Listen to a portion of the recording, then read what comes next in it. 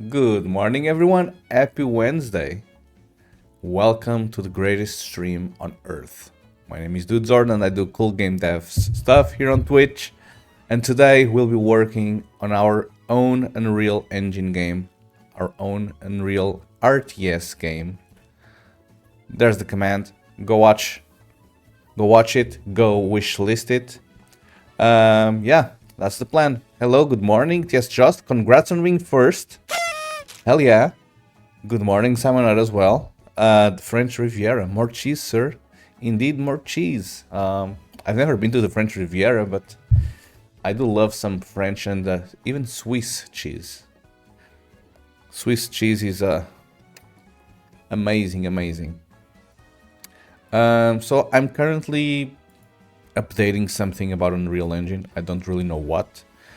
The IDE decided to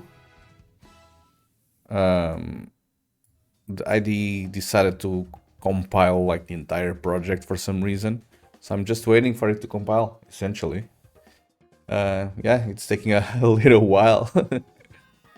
I've been here waiting for 2 minutes already. That's why I wasn't starting the stream, but yeah, I mean, it's going.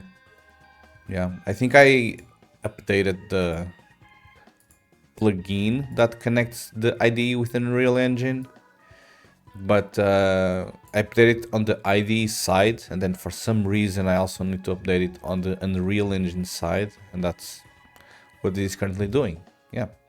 How's everyone doing? I never know, like, I think I mess up this sentence like every single day. Is it how's everyone going, or is it how's everyone doing? I never know. Every single morning when I say this. How's everyone doing? Okay. How's it going? How's everyone doing? Okay. Yeah, I'm pretty sure sometimes I say how's everyone doing instead, which going. Yeah. Okay. Thank you very much. So, how's everyone doing? How's it going, everyone? How's it going? Yeah. Okay. I think I like the how's it going a little better. Yeah, while we wait, off work today, and it's sunny, 10 out of 10. GG. So you'll get to enjoy your triple, sir. That sounds fun. You still haven't shared a picture with all of them in place, but I'm looking forward to it.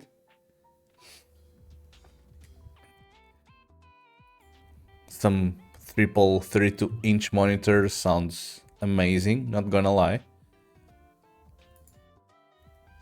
Okay, 2 seconds. I'll wait.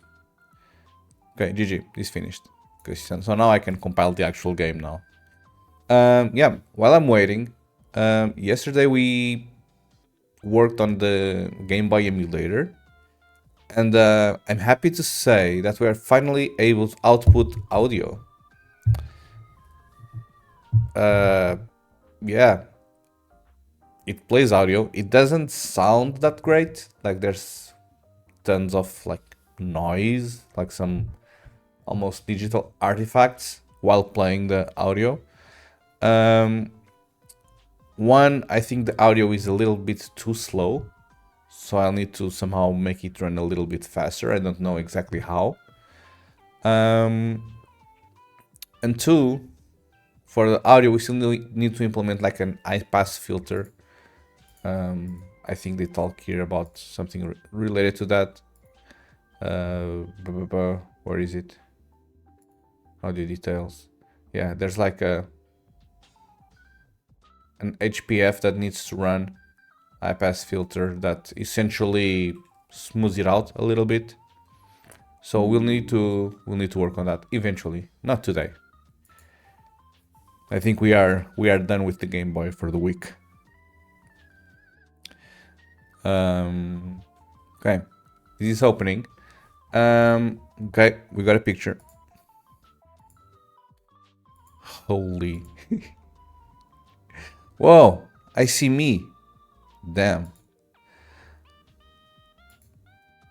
Looks really cool. Yeah, the bezels are very thin, like the black borders around the screen. So I wouldn't really care about those acrylic things, you know. Very cool. Are you happy? If you're happy, I'm happy. Can I share this on screen? On stream? Let me know. So I share the audience what they're missing. Yeah, if you want. Just farming engagement, you know. Everyone, look at Simonot's house. He's rich AF. See, we have like wood glue here. Pretty cool wood glue. We have like little bits of monster stuff. Another monster. This stream is now sponsored by Monster Beverages. See, a guitar. Oculus Quest 3. Hydrated. Yeah. Good job. Nice triple monitors, bro. Look, it's me. It's me. It's very reflective, this part here. Good job, good job. New stream deck. Yeah. I mean, not gonna lie, but I kind of think my wheel looks better, like the one I purchased from you. But I understand that this is... just looks better, not it is better or feels better, just looks better. It probably has like more colors or stuff, I don't know. Pretty cool stuff. Congrats. Happy for you. It is better for grip. No, I wasn't talking grip, I was talking like... Oh yeah, because mine, this is like rubber or something. This looks like smooth plastic. Well, it looks smoother, mine looks more grippier. Yeah, but I was just talking like about the... how it looks, you know, like this panel here. Too smooth. Well, maybe it's time for you to grab some gloves, you know? Like that's what the pros do. Some gloving. What's this? I always found it cool how like people have a like a stop button there. As if this thing was gonna explode or something. Does this like cut the entire energy to everything or just to the wheelbase? I know this is a stop button because I saw like another picture that shows it, but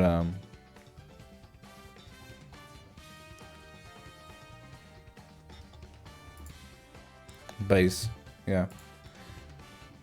Okay. Sure. Very cool. And then how do you restart it? You need to unplug it and plug it again for it to connect again, or... I never know how this emergency stops thing work. I have some Aces ROG thing. Just push it again. Okay. It's a toggle button. Gotcha. Okay, everyone. At the end of last week, we got everything that we merged, and everything that we worked on merged, so GG.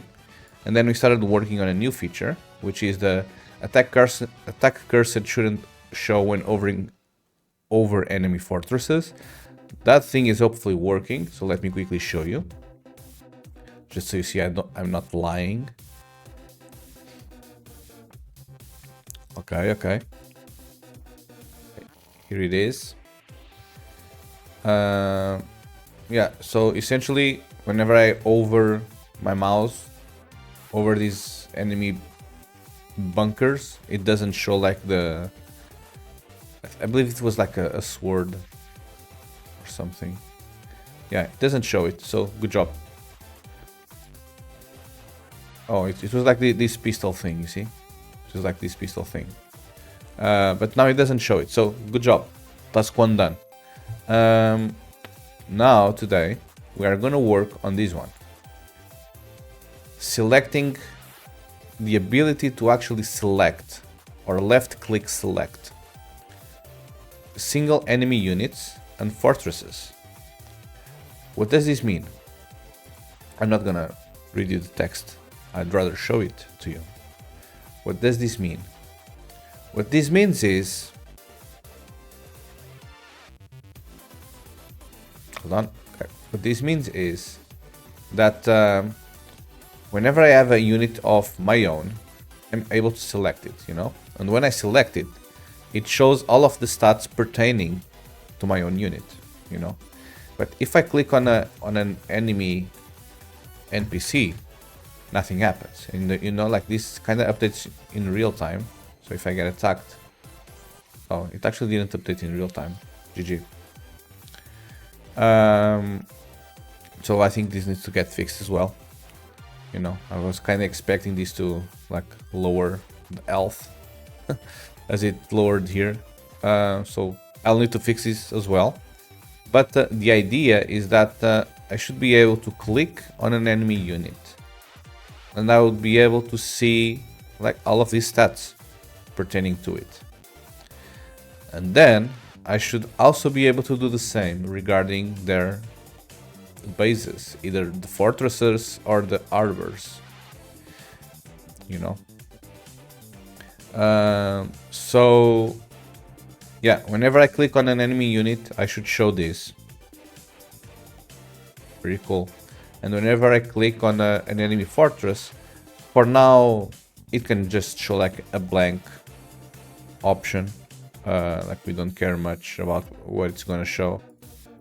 But yeah, it just needs to show something, or we just need to add the ability for it to show something in the future, you know. So that's the plan. How do we do it? No fucking clue. No freaking idea. But we'll figure something out.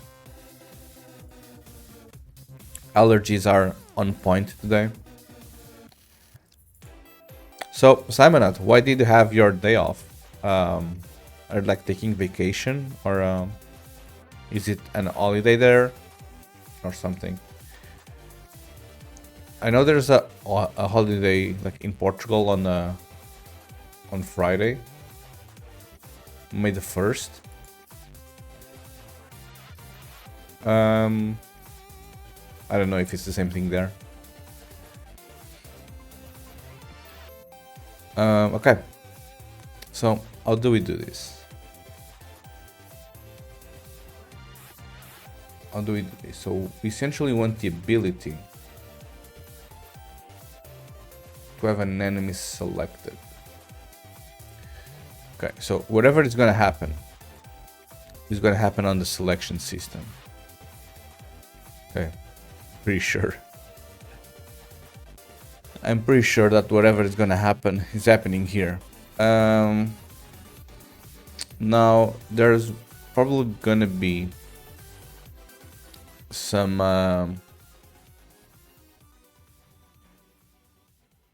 point in time or point in code where whenever we are actually trying to select an entity, we are only filtering by entities that actually belong to our team. You know, like this. You see, like on end selection, we are trying to just grab like entities that belong to our team. And in reality,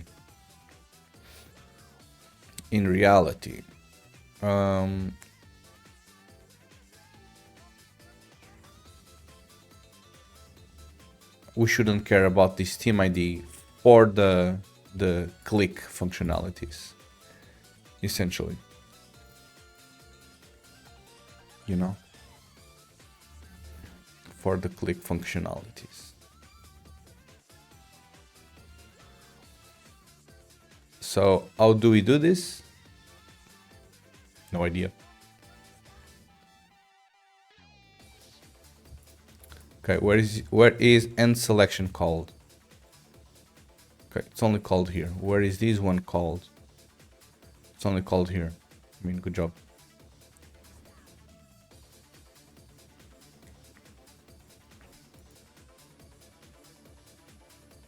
Player controller additive. Okay. Um.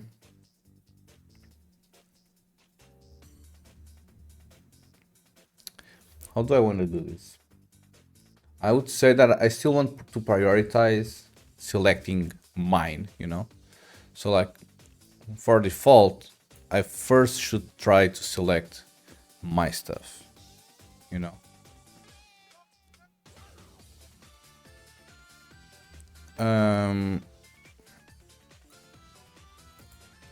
Only then, let's maybe try it with the fortresses first. Only then, I should try to select like with a random team, like any team goes, you know. But first, our team.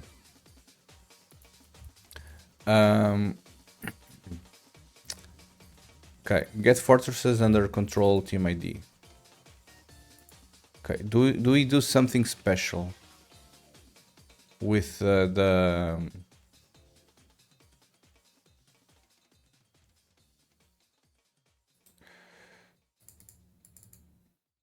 Do we do something special with this? Well, we have the observer guy. So I think that instead of this team ID, we can probably pass like this again.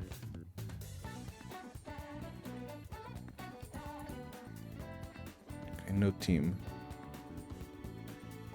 ID, 255.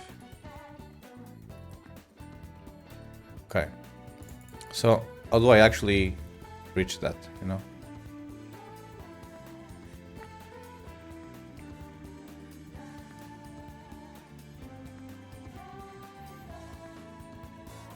Okay, are there other usages of this no team ID stuff? F generic team ID.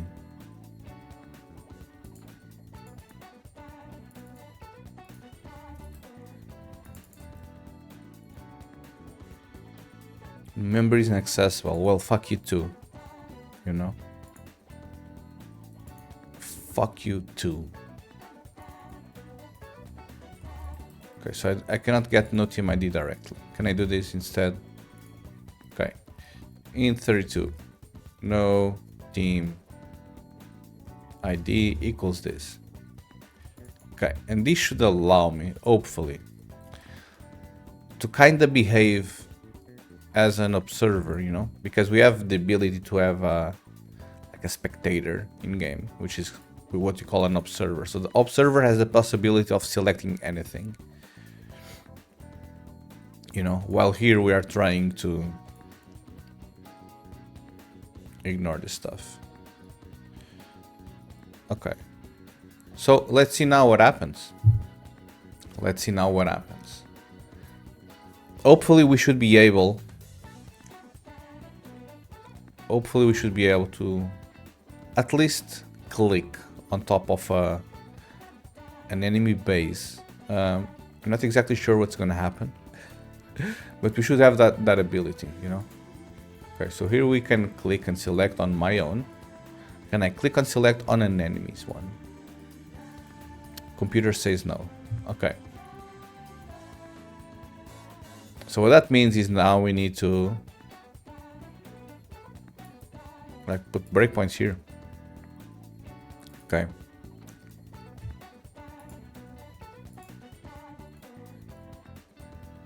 This breakpoint with what? No executable code. Oh, right. Well, it would kind of help if I would, you know, compile the code.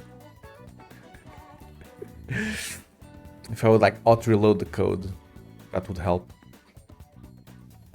Imagine writing code and then don't clicking compile and just expecting it to work first try.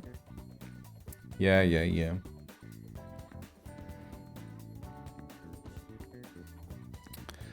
Okay, we need to wait now.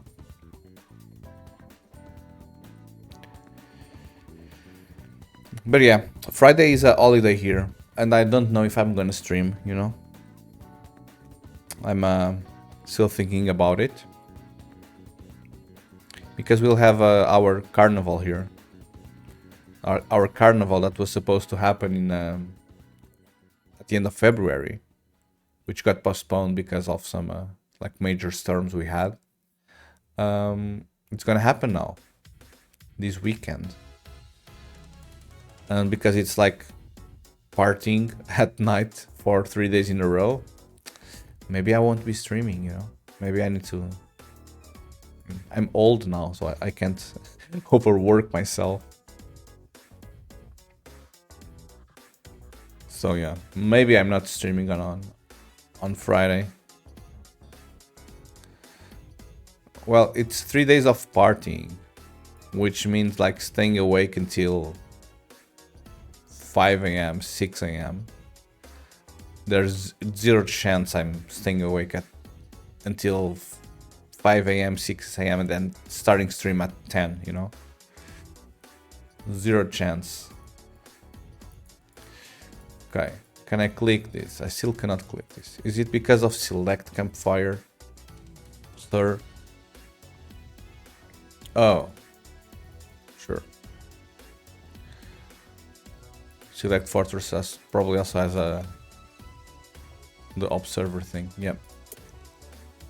Too old to survive 3 days now. Yeah. I mean, because if not, my schedule is going to be stream from 10 to 5:30, and then need to stay awake until like 11 p.m. and then at 11 p.m. I go, you know, I only go at 11 p.m. and then I need to stay awake until 5 a.m. and then I need to start streaming at 10 a.m. the other day. So I don't know. Let me actually see the schedule.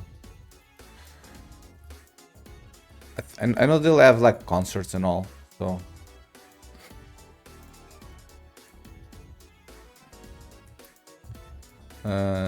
This is Thursday, this doesn't matter.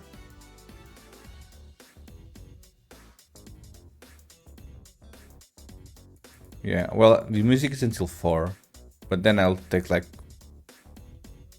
almost 1 hour reaching home.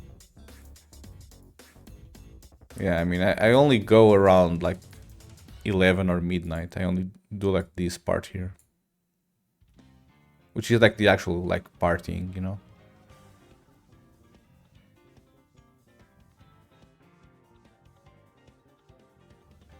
I don't know.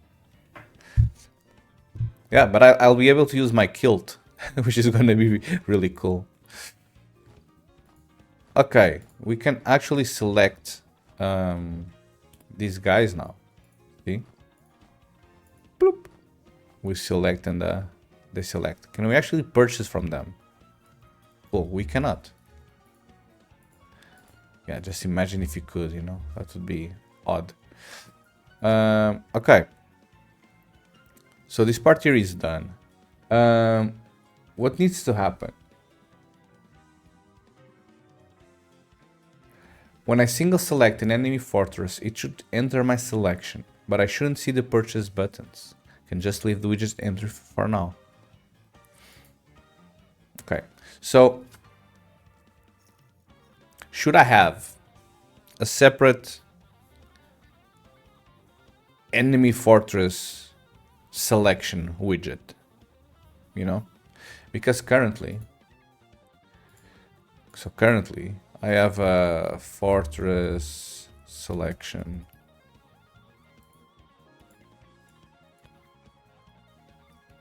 Fortress, no, MOE, holy crap, what's it called? Okay, I can simply find it. Sure. Okay, so I open the main UI. So see, I have like this fortress selection thing, and this currently shows this. This is what I use like for my own fortresses, you know, where it shows the current spawning guy, like the entire queue, and then the purchase buttons. But I wonder if I should create a version of this, but that it would be called like enemy fortress selection, you know, because I probably don't want to show any of these. I don't know exactly what they plan to do, but I don't want to manage all of the state in here. So maybe I create like a different one.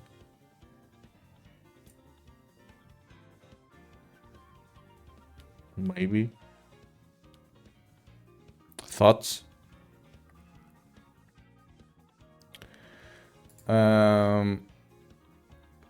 But how would I actually know what to use? So here on a fortress selection, somewhere we are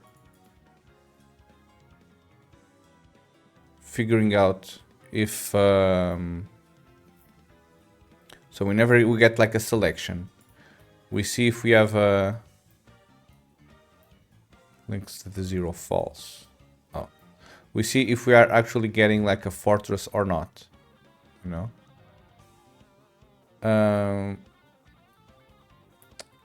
But I would need to have like an enemy fortress selection, so I would need to somehow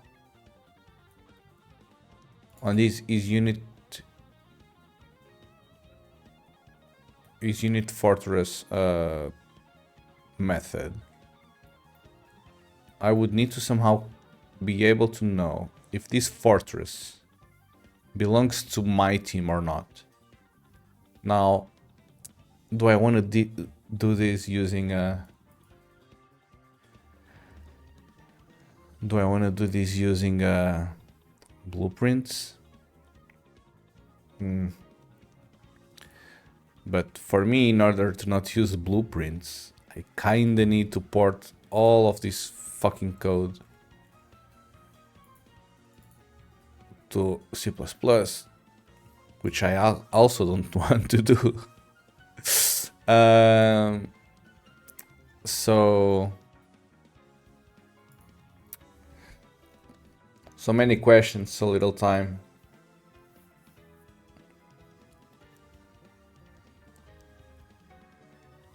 I shouldn't see the purchase buttons. I can just leave the widget empty for now. Okay, well, then in that case, whenever I call this initialize fortress display,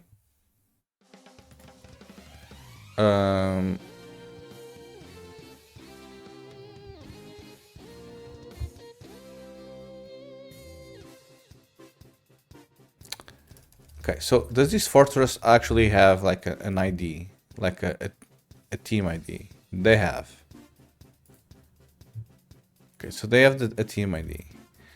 Can I get my player controller in here? I probably can. Not really considered that.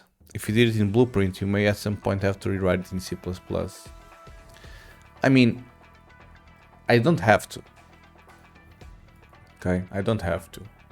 But the thing is, if this is Blueprint native, which it is, you know, because this is the parent class, this is the class that it derives from. We don't have control over this, okay? So what that means is, if we want to interact with this using code, we can only send events to it, which is what we are currently doing. See, so we pass events and like pass some data into the events, and then like something happens. But we aren't able to actually like call like these functions defined here from C++. If we were able to create like a skeleton version of this widget in C++, then I would derive from that skeleton version, okay? Which meant that if I wanted, I could start ports exporting some of this code into C++, but I could still use this blueprint version of the code here, you know. But slowly, I could start rewriting all of these in C++ and then eventually just delete the entire thing. Because having access to the C++, it essentially means that, for example, these functions, I would be able to add a header to these functions, you know, and then this blueprint will be required to implement that header for these functions, but I would just make it so that the signature matched, you know, and then I would be able to call these functions directly from C++ whenever I wanted. So that's the good thing about it. More things are like I would also be able to control like any individual like widget directly, because I would essentially bind widgets here, meaning that I would just need to create like skeleton versions of it in C++ with the same name, and then they would be automatically bound, and then I could do whatever. So it's not like as if I go the C++ route, I am required to only do everything in C++. That's not true. I could create the skeleton header file for it and still use all of this code, and then like only new features were done in C++ instead of here, for example, you know, something like that. Okay, in any case,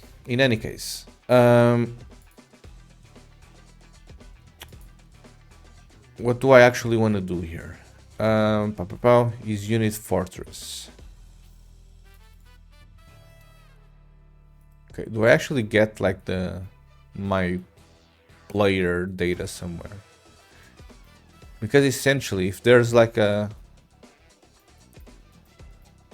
my player data here, I could just, oh, it's here, like the player controller. So essentially, it should have like the team ID, you know, like get generic team ID. So I could pass this generic team ID to is unit fortress.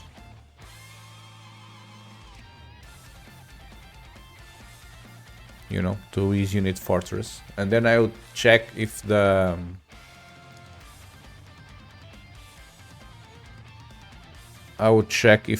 this fortress here is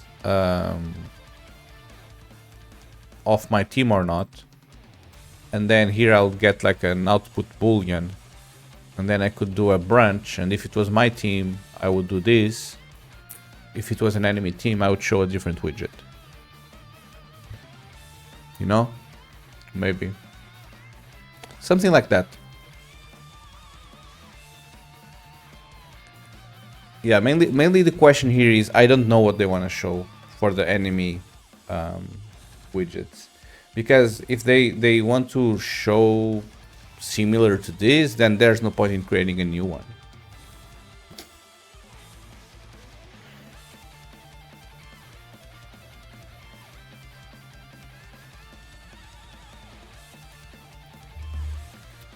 Then there's no point in creating a new one. See, like here I'm already getting all of this. So if I'm already getting like the player that controls this stuff, whenever I call this show for fortress stuff, which is when we initialize the fortress, I can literally just not call these initialize purchase buttons, you know, I could do something like this. If fortress get generic team ID equals get the same ID for the player, I would only show it here. Okay. And I would only do this here as well. I probably want this timer because this timer is for like the spawn queue, which I don't know if I want to show it or not. Yeah, that's essentially the issue. Let me see if the guys are online.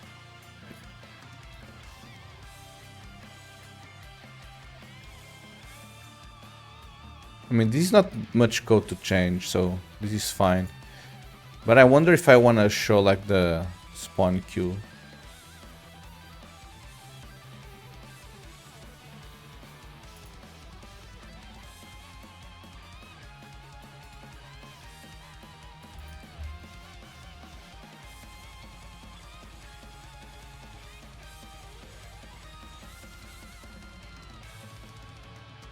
I don't know.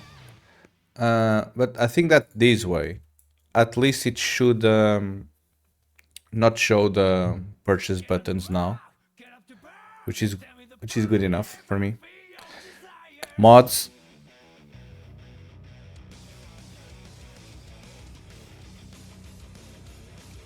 Mods. I require mods. Help. Rest in peace, bro. Thank you very much, mods. Yep. Didn't you hear the pew pew? Hello, TS Just. Good morning. I could have done it myself, but I enjoy when people shoot them on sight, you know.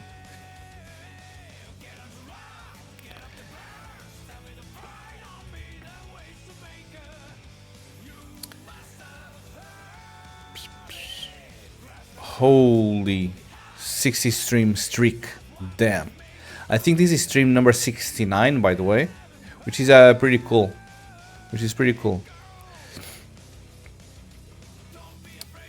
Yeah. How's it going? Yes, Just. How's everything going? Good morning, Lit Geek as well. Hello. Welcome everyone. Welcome everyone. Sore throat. You? Alive and well? I only use my throat for good things. I don't let anything weird touch my throat.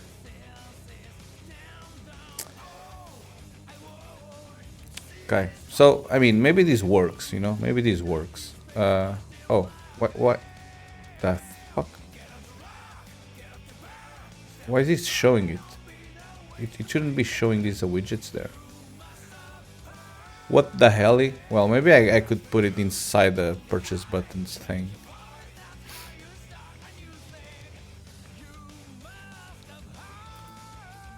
Confused. Yes, Just, did you hear my Game Boy? Yesterday we worked on audio. I don't think people enjoy when I work on audio because most of the stream is just gonna sound like garbage. No? Do you wanna see it?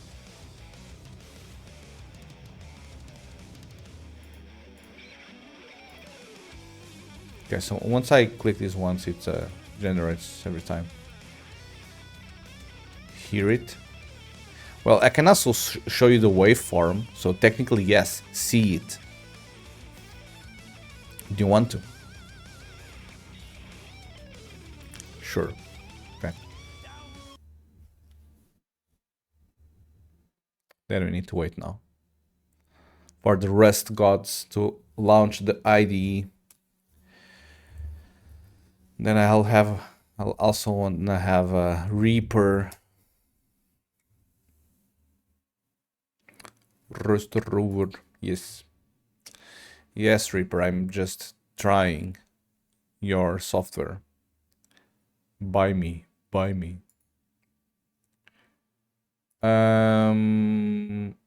Okay, what game do we have on?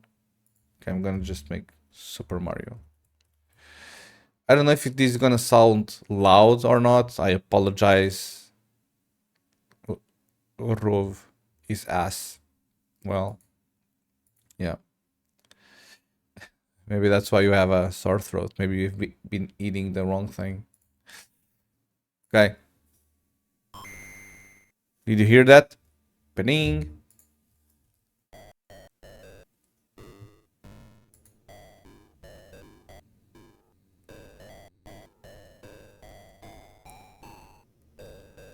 Yeah, it's scratchy and it's like half the speed of it.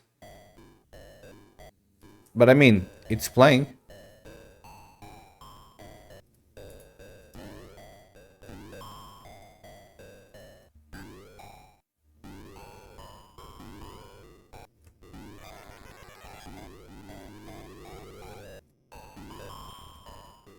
I mean, it's pretty cool. It's pretty cool. But yeah, I think people don't like when I work on audio. Oh, I wanted to show you that I'm also recording the WAV file, but YOLO. Oh, I can still show it to you. And I need to open this again. I don't want to open a project. I want to open a single file, my bro. My guy. Yeah, look at this.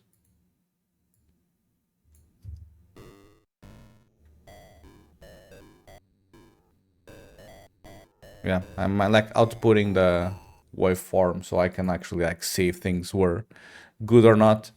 But yeah, GG's. Hooray! Hooray! Okay.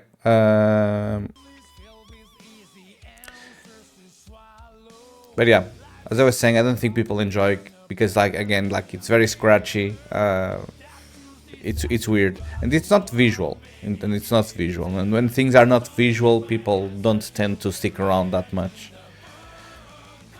So yeah, sad face. Um, okay, so my plan is instead of doing this,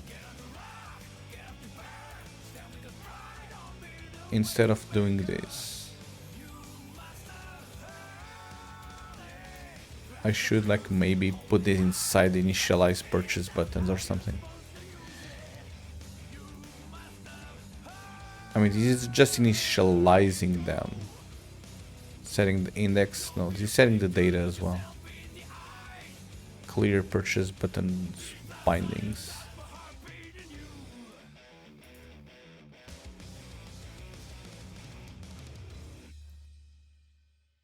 Okay, maybe I could do something like this.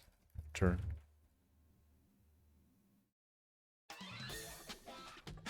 Oh, I don't have the fortress data in here. Oh, I have the fortress here. GG.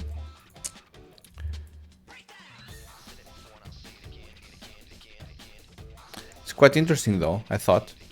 Well, I do agree with you. I don't think everyone else agrees. I mean, I think people agree that it's a cool project, okay? Like, it's a cool project, like being able to build your own, essentially, DAW, your DAW, through code live on stream is cool. But it only actually starts sounding cool when it works. And it only works after 20 hours of not working, you know? And the issue is the 20 hours that it takes to actually work. Because it's just gonna sound like garbage the entire time. And that's why I started like saving the WAV files so that I wouldn't play them on stream, but I still could look at them and see if they kind of looked nice or not, or similar to what we were expecting.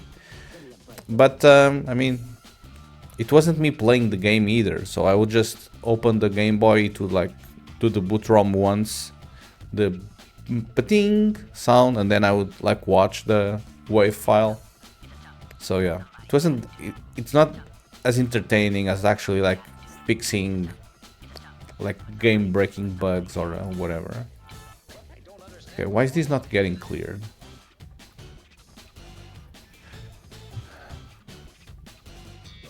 Do I have like a...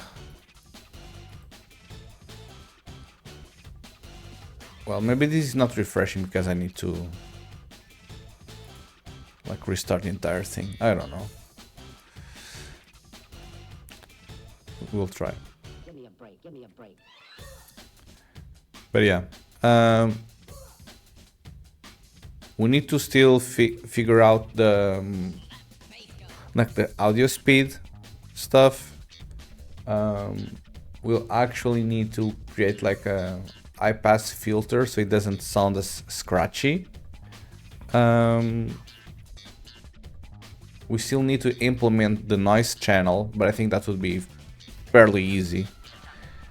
Now that everything is kind of in place, you know, it's just like literally creating a new channel with the noise generator. So yeah,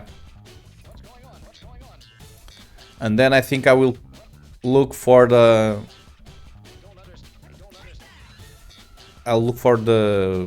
basketball game, and I think that will be it. I think that will be the project. I don't know if I want to continue the project after that, honestly.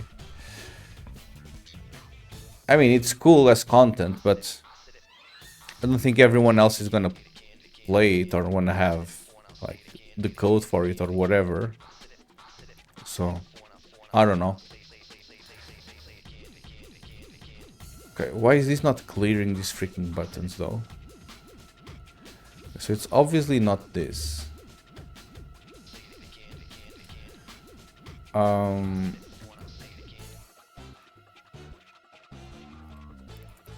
Initialize this. I don't understand what's going on here. Clear, refresh, update. Update queue buttons. No. Clear queue buttons. Send purchase command. Get purchase buttons. On selection changed.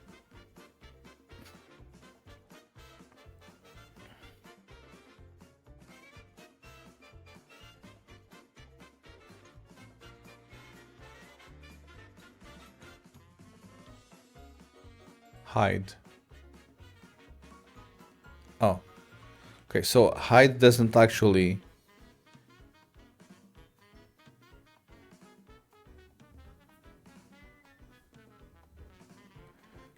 Okay, so maybe I just need to call hide. Like, I don't know.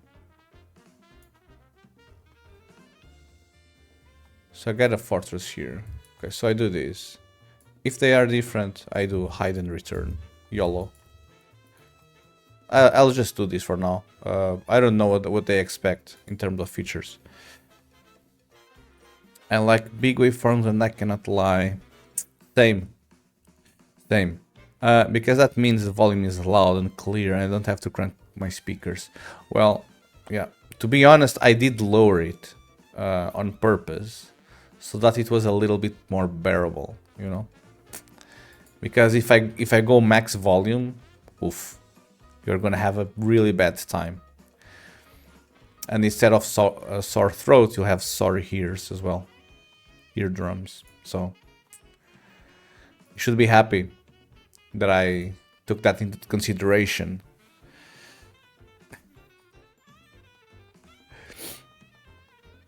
Sore eardrums. Yeah. Without the H, but yeah. Eardrums.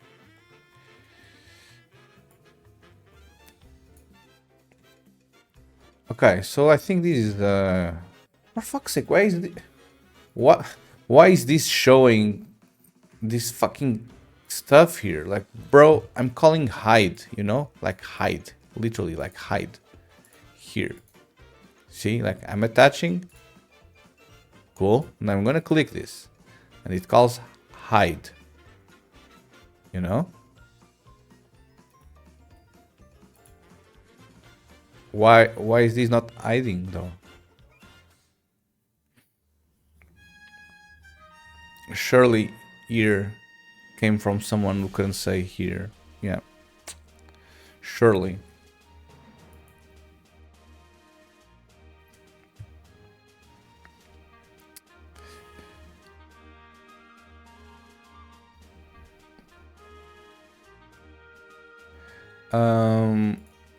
Why?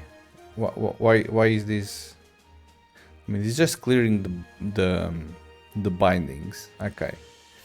So maybe instead of clearing the bindings, maybe I'll also want to clear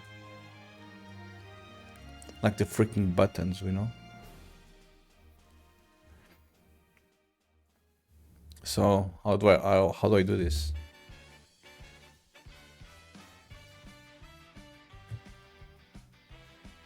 Available units. Porters available units. Oh.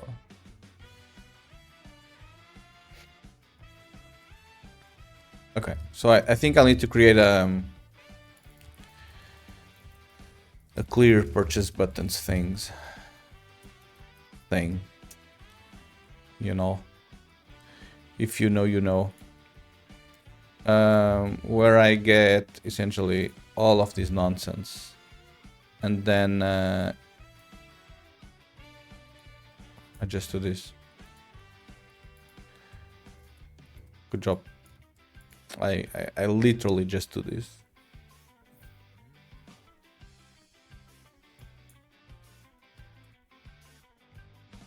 I mean, might as well call this inside.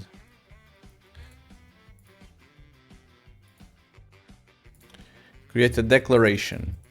Declaration of Independence successfully created. Okay. Is this gonna work? So, have you guys and girls been working on some cool project that you guys want to share? This is your time to shine. Like a nice show and tell that you might have. Some AI vibe coded nonsense. Yes? Hey, tell us all about it. I don't remember what though. What the fuck? What do you mean? You are memeing now.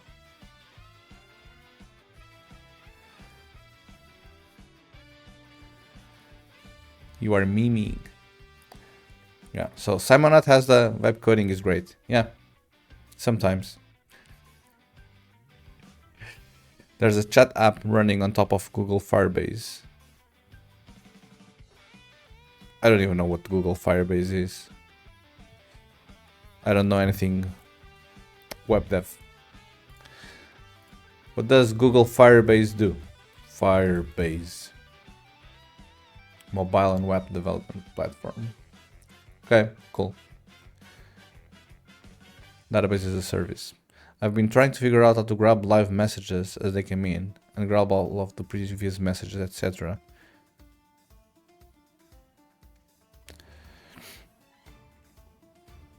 Okay. And is it your chat app or are you trying to...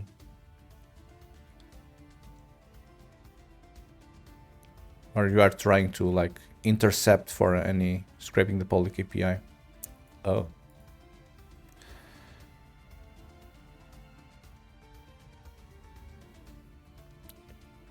Okay.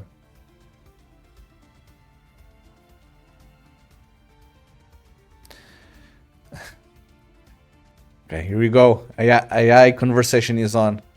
Before we start. The other day, me and Simonat, we were talking that it's kind of repetitive talking about the AI nonsense.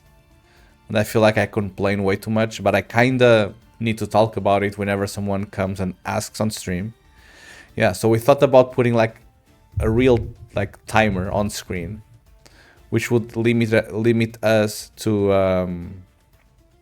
talk about it like only 15 minutes a stream or something. And if someone came on later and they were trying to talk AI, we just show the timer and say, no, the AI time is over now. You can come back tomorrow and talk about it. Okay, let me read your message now. I know it's semantics, but I don't like it calling it vibe coding. Vibe coding is more people trying to use AI to code. I don't know how to code. I just use AI as a tool. Anyone else feel that way?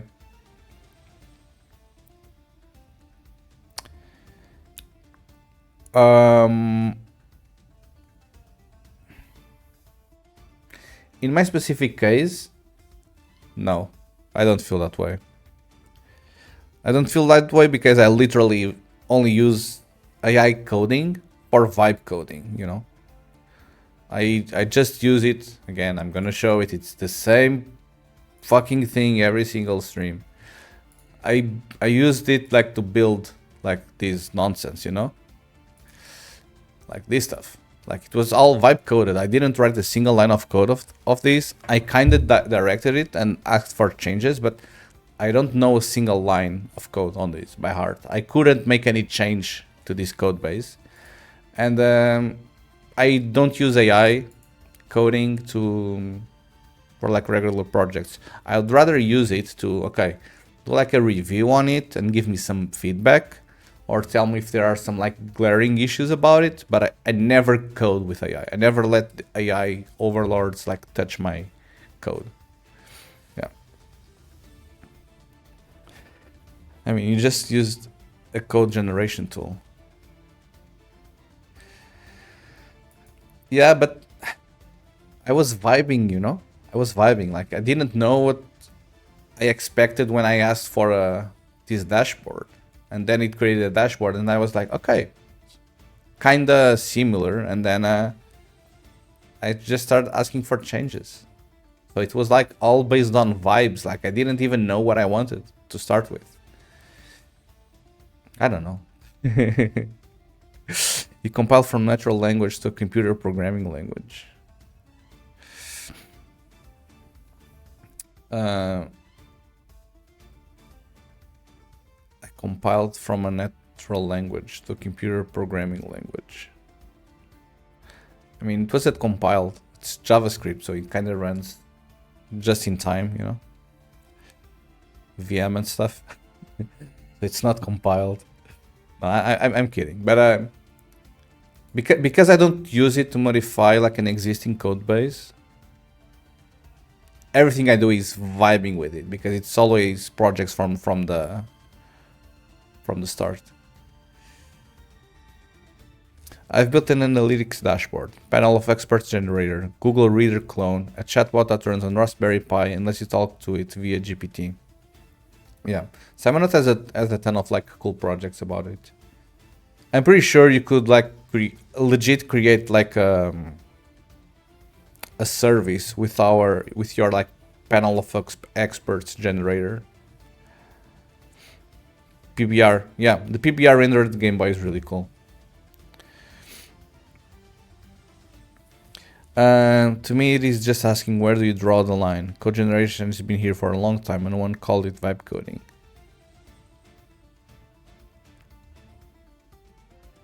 What do you mean by code generation? I mean, surely Unreal has code generation, you know? Like, they have these blueprints nonsense, which they then generate C++ based on the visual nodes. That's code generation, but that's not vibe coding.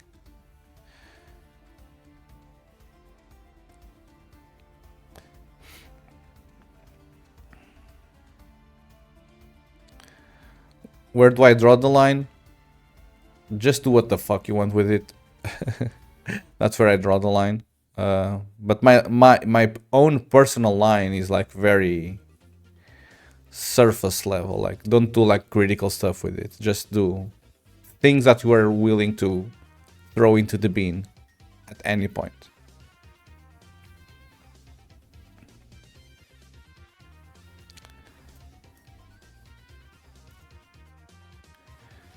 So I think the main difference is that it isn't rigid.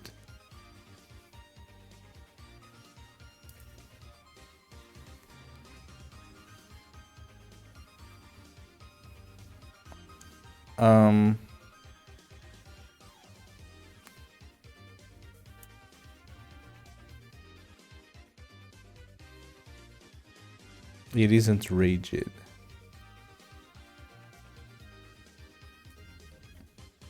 I don't know. I think this is too philosophical for me right now. And it's still 11 a.m. It's way too philosophical for me. Okay. You need to get into it, dude Zord. For nothing else than to understand it. Really is very beneficial. Though these current projects where you are working on third-party code might be anti-AI anyways.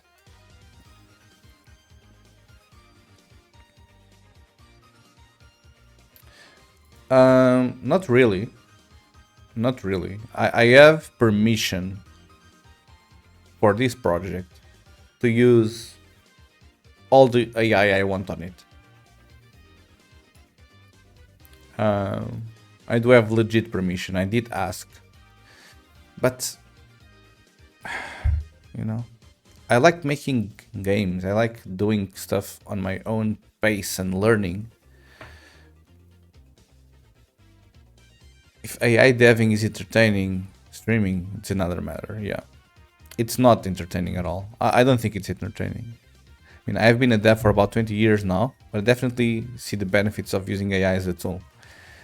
Yeah, I'm not saying... okay, I have the quote here, like the hot take quote, where like AI is bad, vibe coding is shit, and all of that. Like, AI is good. Like, I do use AI. I'm not being hypocrite and saying that I don't use AI. I use AI. But I would say that I'm not I'm not as accepting of it as pretty much everyone else is. I'm not like Tim's level, you know, like Tim's level, where he just blatantly refuses to use it for anything. Mostly, I'm not at that level, but I'm also at the level of I like coding, you know. I really enjoy coding. So why would I give it things? Why would I ask AI to do things that I enjoy doing, and then I would be stuck with the things that I don't like, you know? Why can't I just give them things that I don't care about and have the AI solve for that, and then everything else that I actually enjoy, I do it myself. I mean, that's my line. My personal line. If you wanna use AI to drive your car or whatever, like, cool, use it. I'm not against it.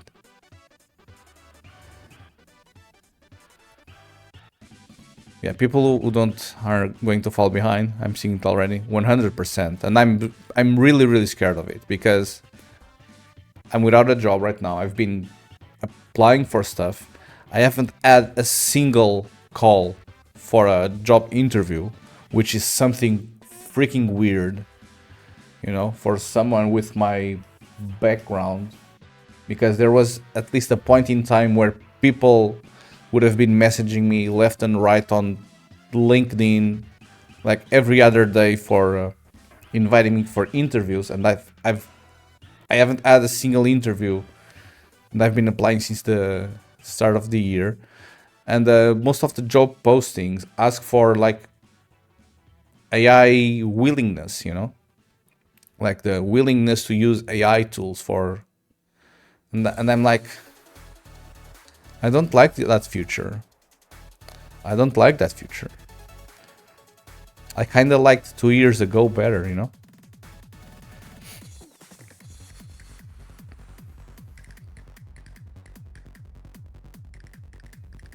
I mean, if I'm paid to do a job, and the job tells me you need to use AI, I'm gonna use AI. Like, I won't be against it, okay?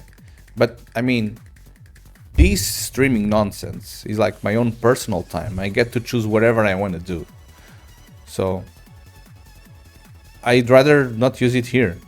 Surely if I add my own like company or my own startup, and I needed to move fast and break things, and the money was short, and I need to pull out, like, create features at blazingly fast speeds, probably AI would be a good plan, okay? Probably would be a good plan. But for the current context, I don't see how it could benefit me, like in terms of streaming content. Doesn't mean I don't use it, but at least I try to not use it while streaming, because I don't think it will make a good streaming experience. But if you just have to be as productive as possible. Yeah. I mean, I do bounce ideas with it. Like, I try to have discussions with AI about like code quality and figuring out bugs and all of that stuff. But as much as possible, I try to not let AI touch any of the code that I wrote. I don't mind it like pinpointing exactly what I did wrong, and I'm gonna fix that. But there's no way in hell that I would let AI like just rewrite all of the code that I actually know why I wrote it that way.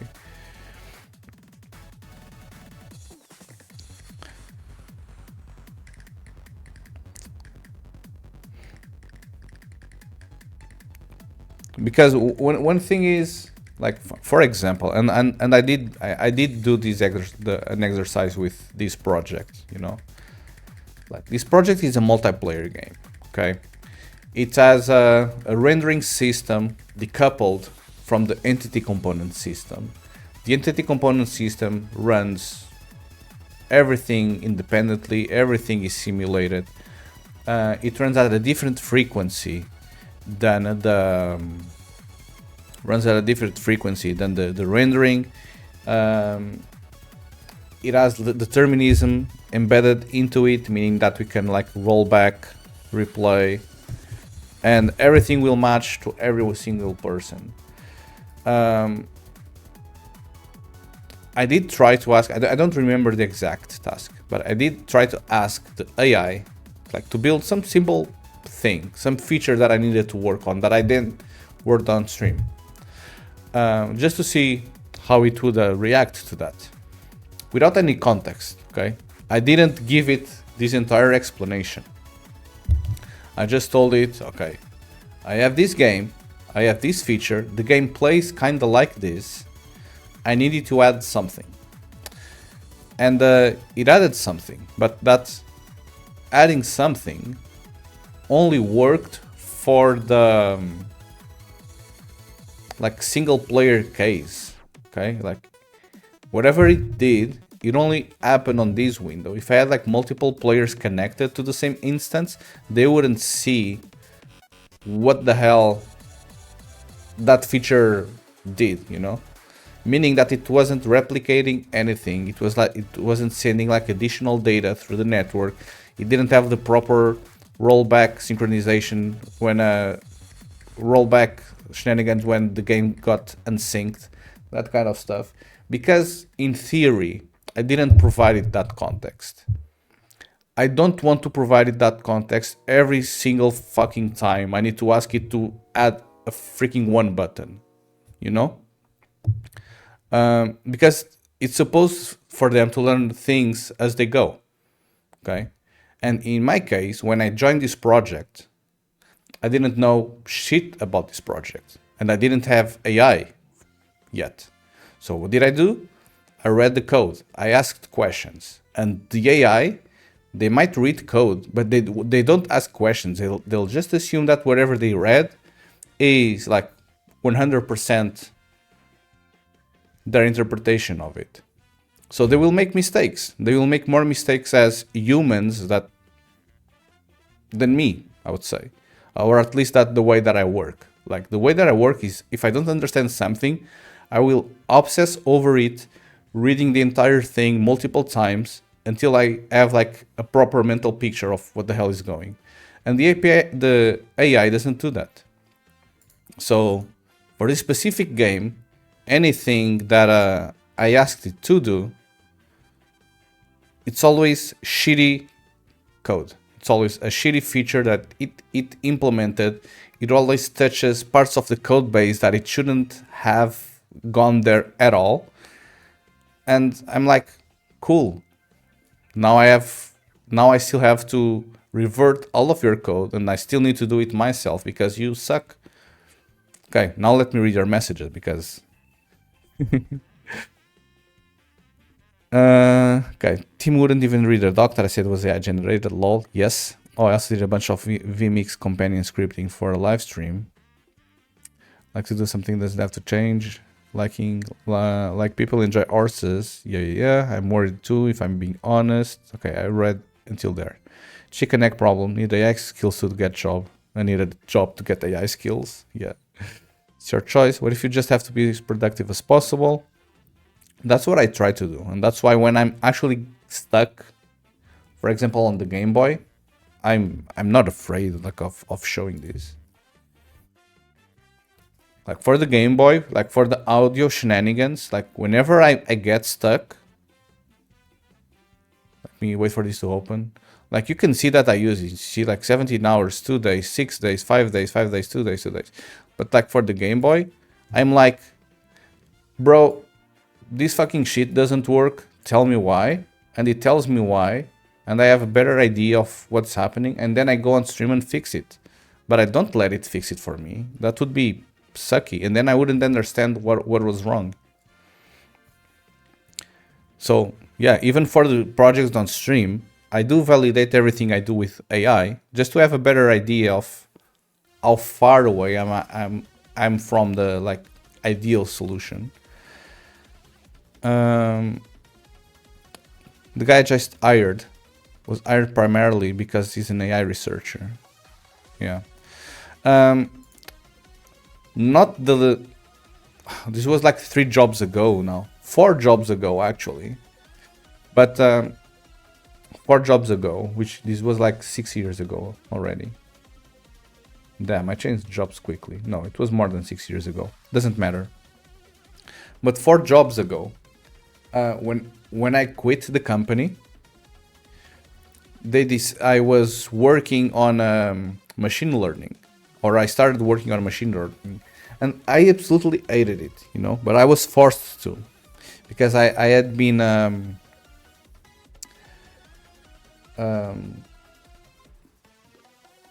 what do you call it when you like are offered a new position at the same company? Like, it's not a raise because I didn't have a salary raise. I just like moved to a new position essentially. And that position was being like the machine learning guy at the company because the company thought AI is the next real thing and that we need to go after it. And it's cool. I 100% thought it was a good call. Although I didn't like doing that job, I still could understand why they made that choice. So I went with it. I started testing things on my own. I installed all of the libraries. We had like a dedicated machine with like 2 GPUs running. I would train stuff like image models to detect if things were a dog or a cat or whatever, like to have a better grasp for it. I absolutely loathed it. But then I quit, you know, because this was around COVID time. I quit because I was sick of this entire nonsense. So I moved companies. I was completely burned out. And the person that they hired to replace me was an AI doctorate or a machine learning doctorate. So they had just finished their doctorate. This was their first job out of college. And they've been there at the company since then. There have been zero AI features done by that company in the last 6 years. So at the same point, I'm glad that I moved, you know, that I moved away from that. Because whatever they thought they were gonna do with AI, they couldn't do it. So yeah, AI bad. So yeah, this just to say that they also hired an AI researcher 6 years ago, and they are still in the mud. I literally cannot. I literally don't know what they do differently from what they did 6 years ago when I was there. And this is a company that works like for the TV broadcasting industry, you know, that I used to work on. So whenever they have something new to show, usually there's like a big presentation and like the people on the television kind of say, oh, and now we have like a cool new feature to show, and then they show like some 3D stuff happening coming from the floor in front of them. There hasn't been anything like that for the past 6 years.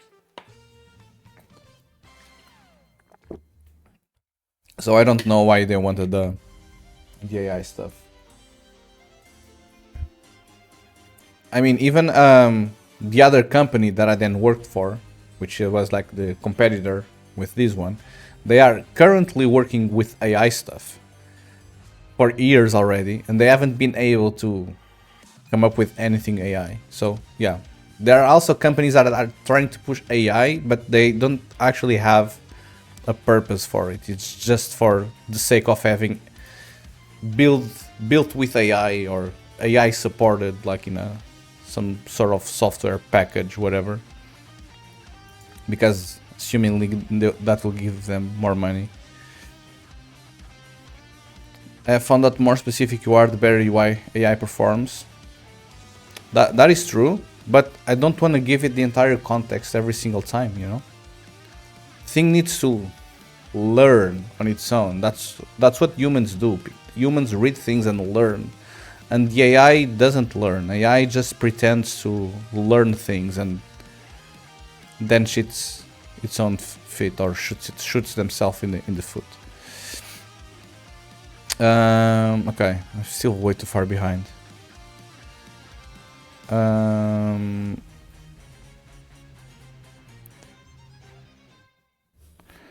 Did a lot of previous work around optimizing the models used for backend services. Yeah.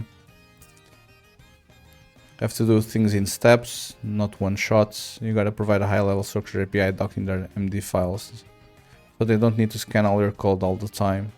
Well, that's a skill issue. They should do it for me. They should generate those files for me. I mean, if I worked at Chaotic and we didn't have documentation, why the fuck would I write documentation for a AI bot, you know? I didn't have documentation. Everything that I knew about Chaotic was here. So the AI needs to step up.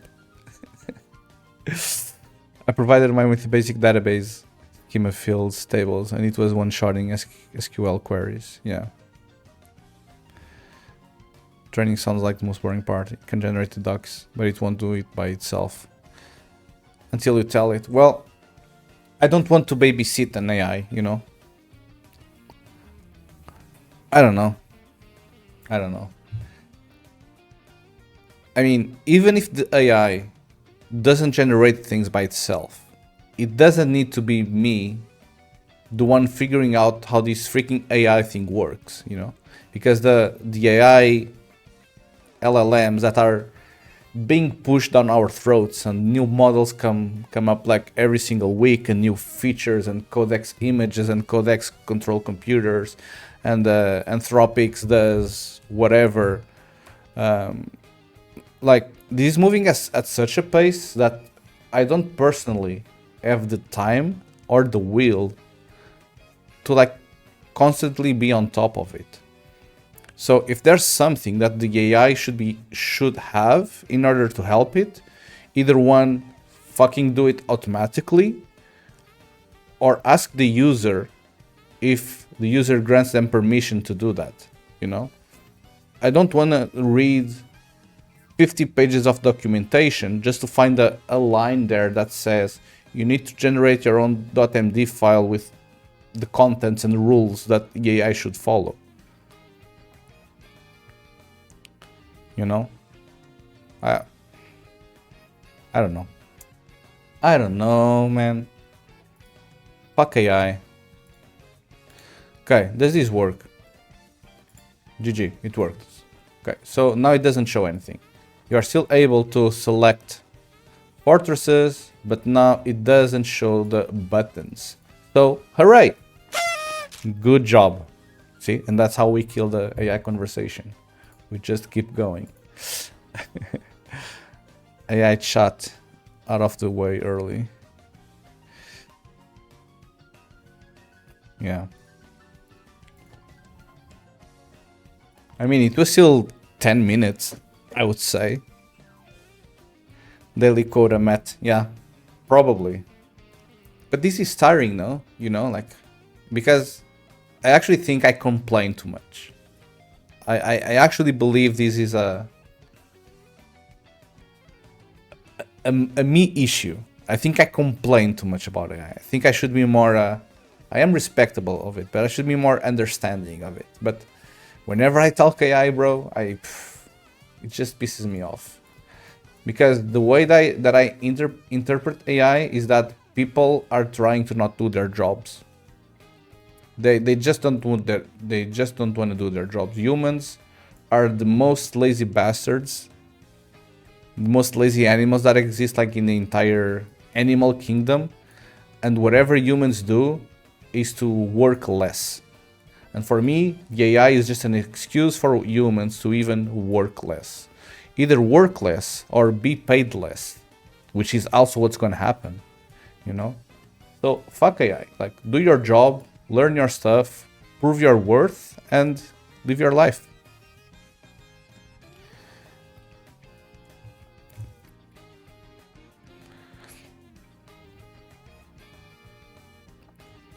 By the way, I'm pretty sure next Monday. Next Monday, I still don't know what I'm gonna do, but I still have the MacBook Pro M3 package waiting to be shipped. But Monday, I think I'll pull that baby out and replace the MacBook Neo and just give the MacBook Neo to the wife.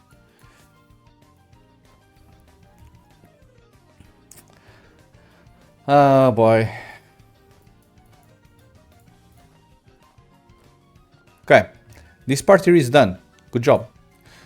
So we were able to do the single fortress selection thing, and it only took us like 30 minutes plus 1 hour on AI shenanigans. Pretty cool, pretty cool. Okay, now I need to do the same thing for enemies, you know? For enemies. And then I'll also need to do it for campfires, by the way. For campfires. But we'll get there. Campfire is a different task. Okay, going back, going back.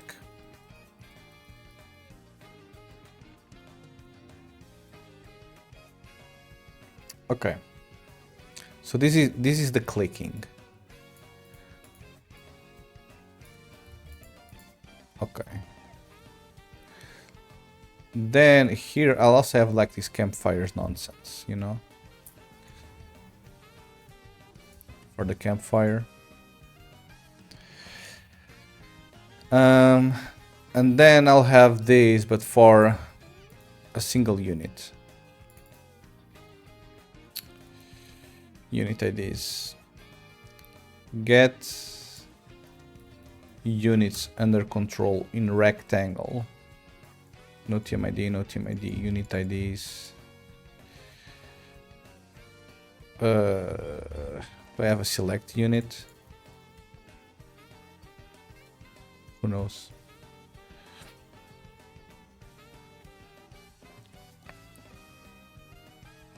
What does select campfire do? I don't know. What does this do?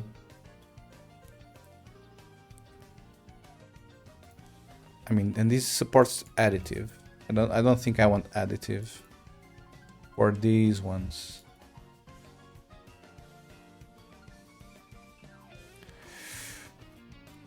Okay, so select campfire does a bunch of stuff,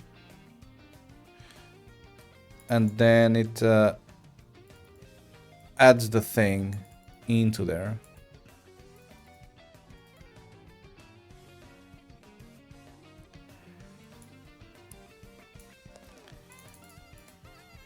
Okay. Where do I do selection entities.add? Why is this not showing like actual code? I mean, it's showing code here, but it kind of looks yucky. Okay, what is this? Select unit group. No, it's not a group. What's this? It's not a group.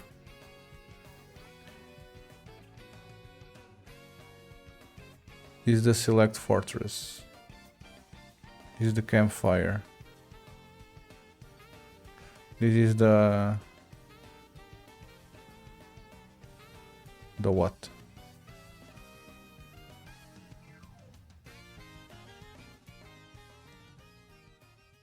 Okay.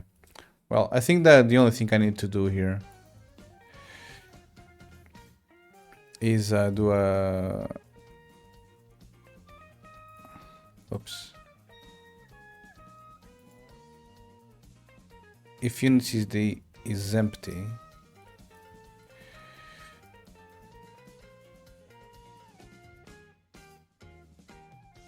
if unit is not empty, then I do selected entities.empty, which will clear the thing, and then I add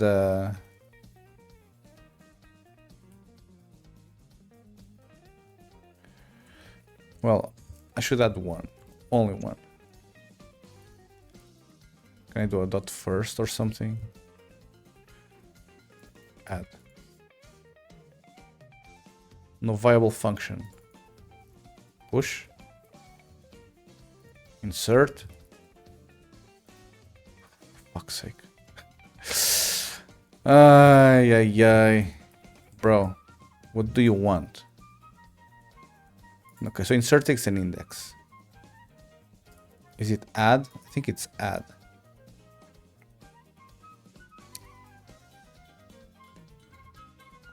Cannot convert L value of...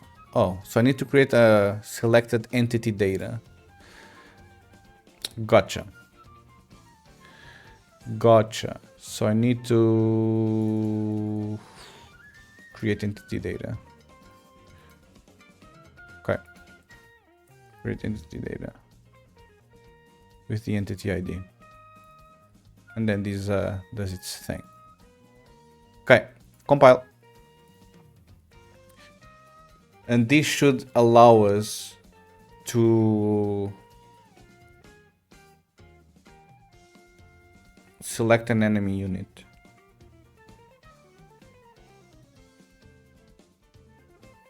Maybe. I'm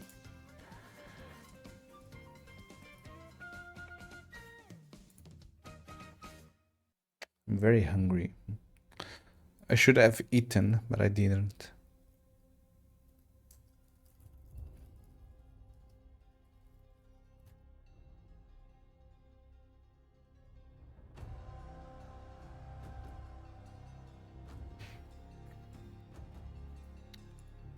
Okay, so this works.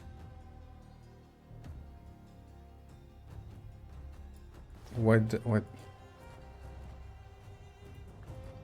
if I do this, it selects the guy. But if I do just a single click, now it looks like shit. Why, bro?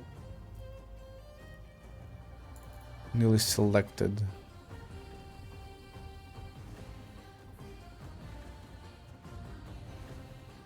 Selected entities.add.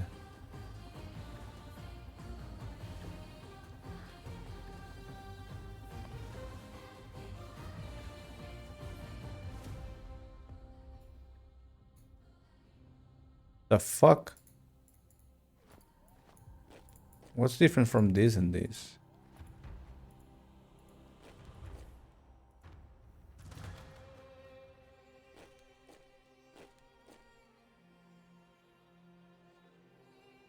Is it just because I'm not broadcasting stuff? If it's not additive. Clear selection.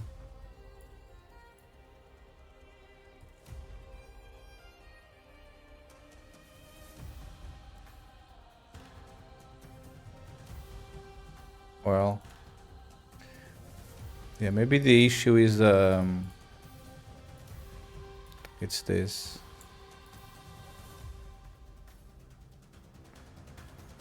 Maybe I need to broadcast it properly.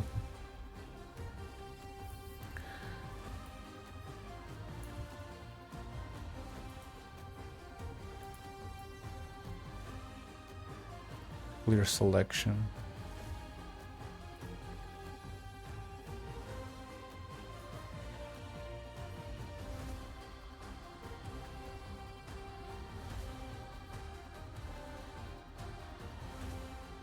What the hell? Hold on.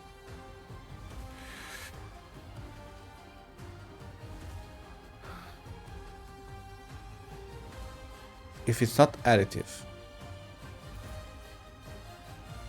No, this is what I want to do. So I don't want to clear it. I just want to broadcast this. Show selection effects for current selection. There's so much freaking code running on this thing.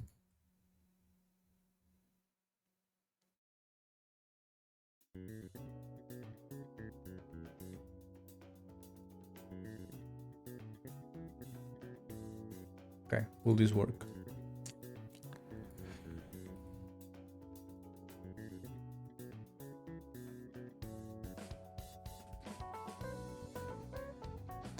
Will this work? Let's see.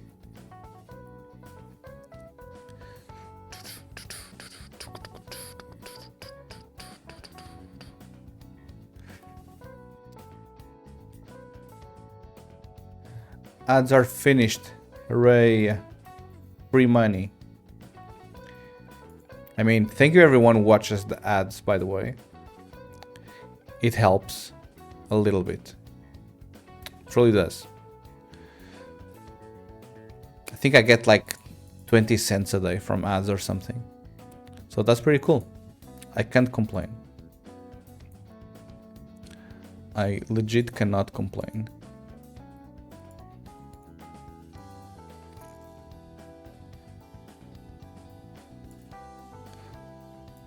Let me actually see. Analytics. Earnings.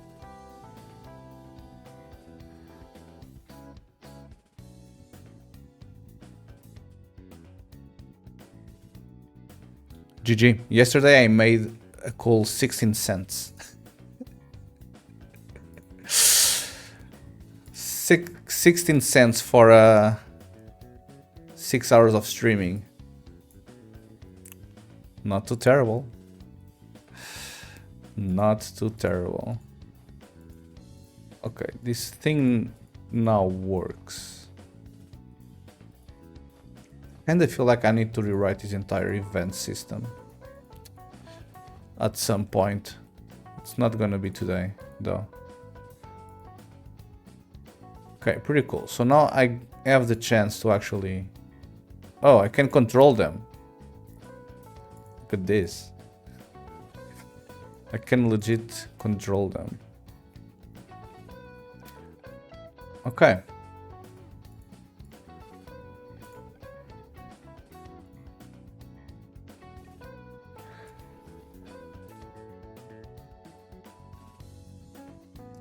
I should be allowed to see its stats and the single unit selection widget. Okay. But the issue is that I can like send events to them.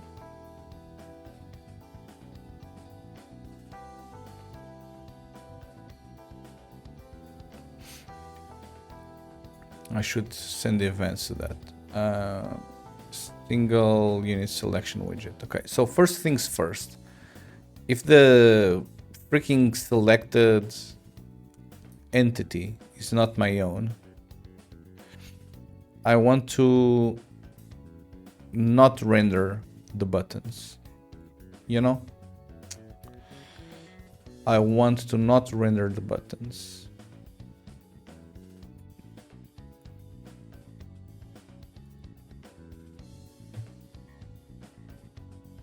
How do we do that? I don't know. I do not know, sir.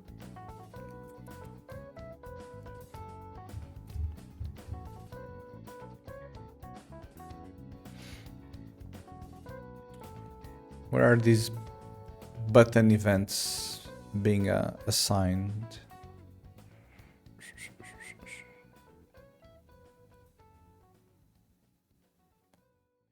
Okay. I feel like these buttons only exist on the blueprint. You know? You know? Okay, single unit selection.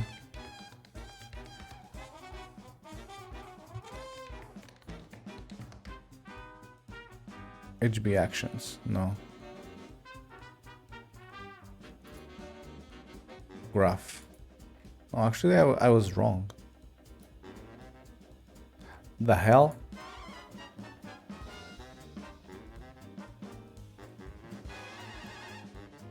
I was actually wrong.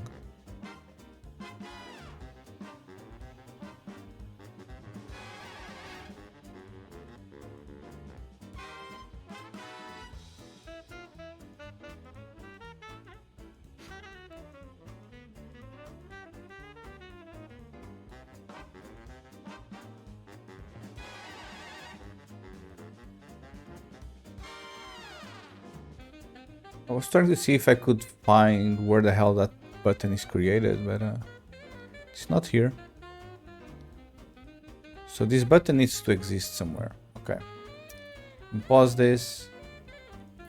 Tools, debug, widget reflector, click, click, stop. Okay. And now hopefully we should get some visibility into this. Oh, so it's part of the command bar. Hold on. Oh, so this is a separate thing altogether. Oh, I see. So it's not even there. Okay. So it's not part of the unit selection. It's actually here. And it's this WBP command bar. Okay. Where do we use this, sir? Where do we use this? Find references everywhere.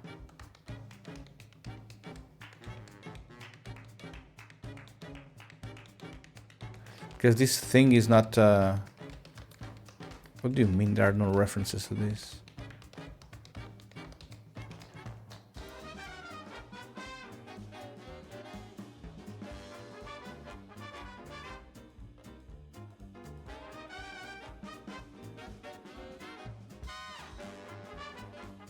This only shows when I click on a single unit. So there must be some code somewhere here. Surely.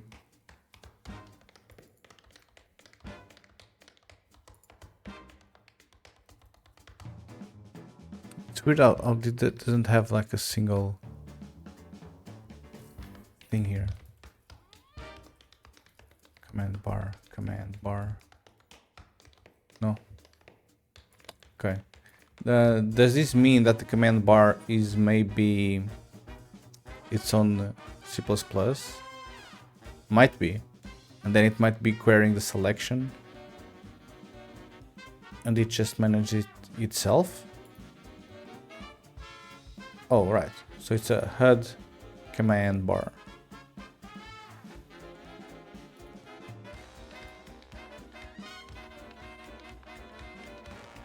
MOE command bar widget. Okay, I see. So this doesn't actually have anything here, but it has this. It has this. So when do we get refresh buttons called?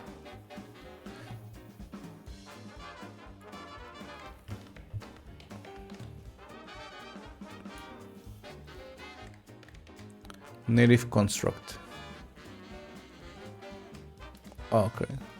Okay, so I'm binding into the selections changed on the ECS system. And I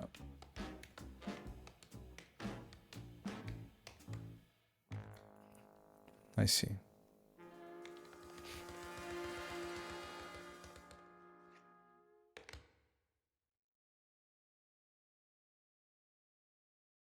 I see. So we call refresh buttons. Okay. I call refresh buttons. So I'm setting the visibility if as units for this selection. Okay. There's one problem here now, you know? And the problem is I need to only do it for my player controller. So I need to do this.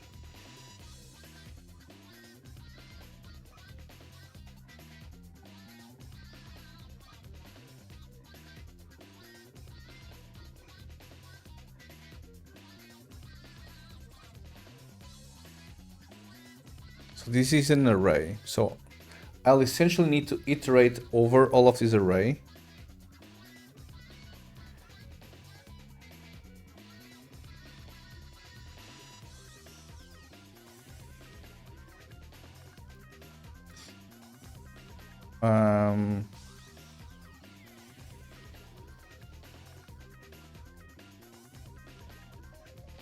Okay, what do I want to do here?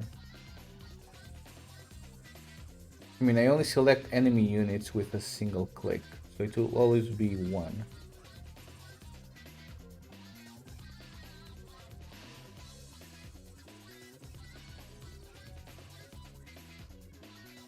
I mean, it doesn't stop the fact that in the future we might want to change that.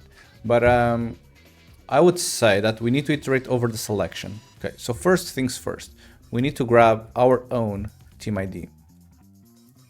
You know? So our team ID for now is going to be 255, whatever, or 0, or -1. I don't really know. And then I do team ID equals OAPC get generic team ID. Okay, so this is my team ID. And then I think I will need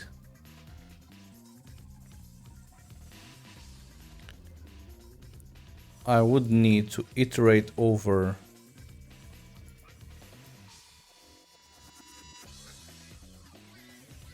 the selection. Okay, so I'll need to iterate over entity on selection. And then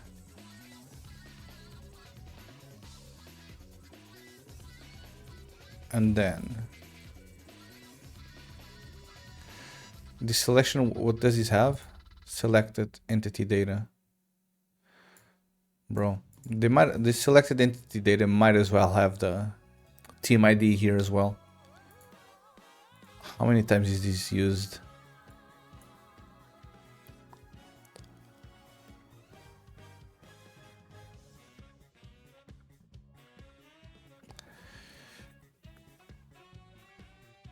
I might as well include the team ID for this entity.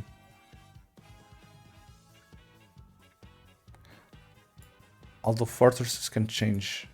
Fuck. Although fortresses can change. Well, but this only happens for units. As non-fortress units.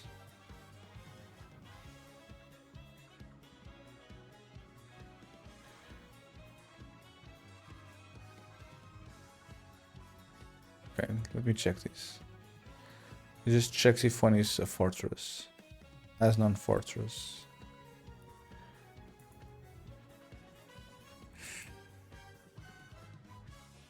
Because the thing is that this... Oh my god, okay. So, if as units, I'll need to iterate over this. Then I will need to get... I don't even know.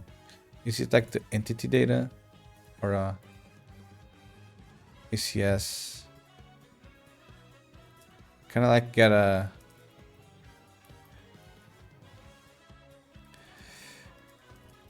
ACS manager?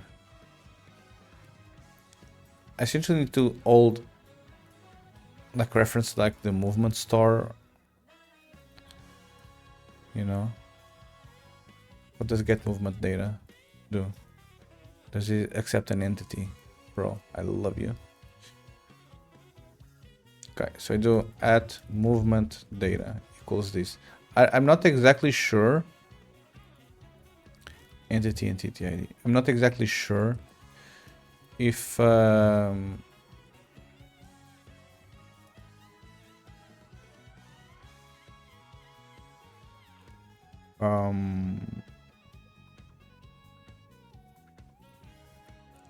if it's the movement data that actually contains like the team ID, owner ID.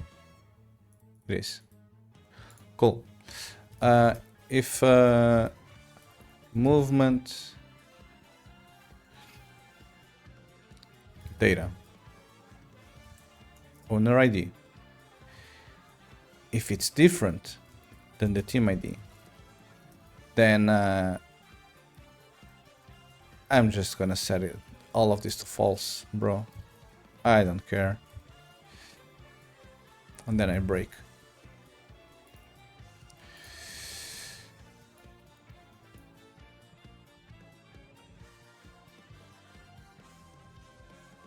And then I break. So I grab the team ID for myself. I iterate over the selection. If one of the selected is not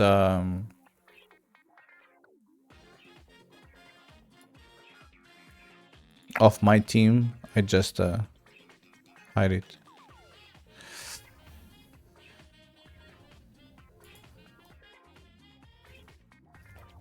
Don't show action buttons for units of other teams.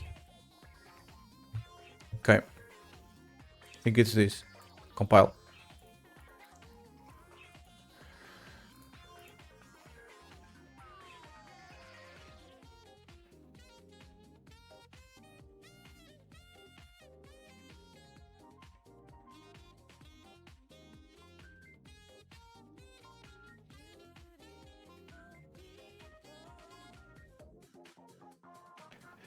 I'm very tired today. I've been sleeping terribly.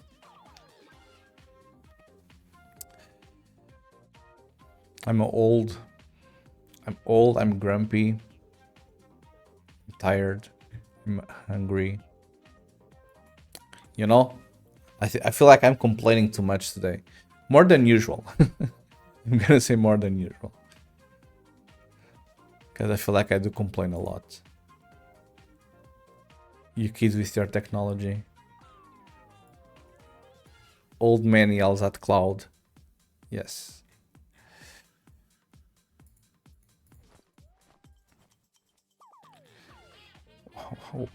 Why? Like, why? Why do you have these buttons here?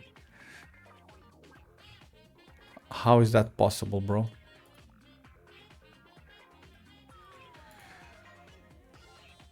Refresh. My guy.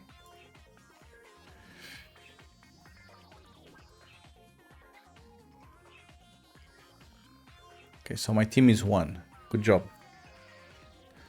Back in my day, all we had to play with was an old bicycle wheel and a stick that one uses for 8 hours. Bro, you are only like 3 years older than me. Don't pretend. I think. Maybe you're older than it.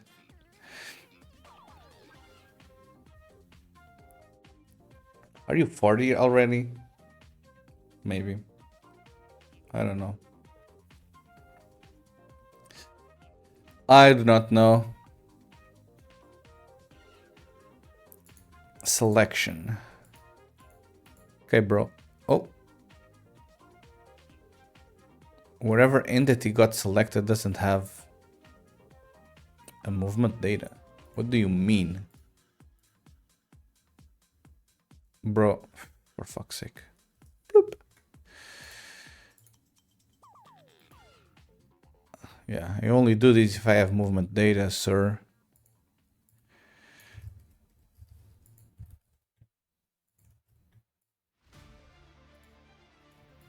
Okay. I think I should start playing games on stream again. I feel like I should start playing games. I feel like I'm reaching a point where I need to play more games again. Although I do have the sim rig ready to go, but I don't know, man. I don't know what I want to do with my life. I kind of miss the old times, you know, when I had a job and a salary. GG. When I had a job and a salary.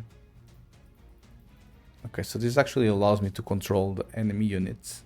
Okay, so now we need to fix this. Like, now we shouldn't be able to, like, control units that don't belong to us. I mean, it's cool, but we shouldn't allow it. Is that even the case? Let me actually confirm that is the actual case.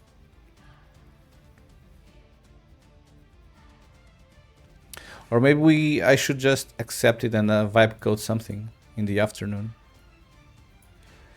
You know, that's also a possibility. Okay, I want to go there. Okay, so here, this guy. Yeah, I can actually move it. Crazy. Well, at least I cannot purchase from it. So it's not that terrible. But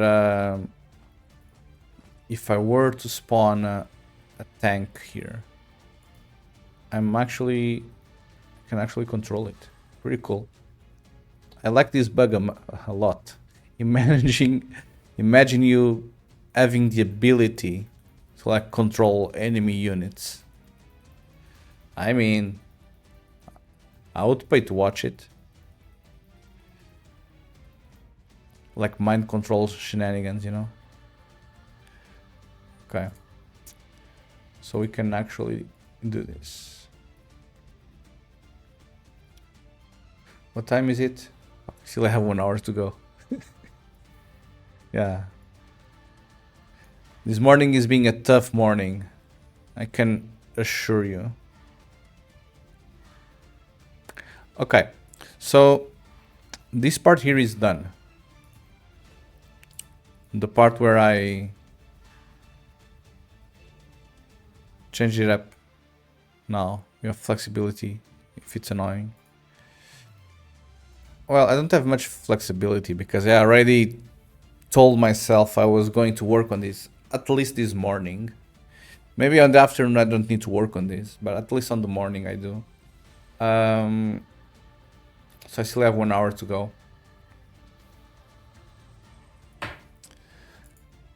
But yeah, today is being a tough day.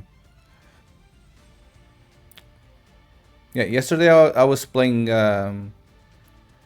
what was it called? At night, because why not? Exapunks. At night. 1 AM Exapunks is when it's harder, you know?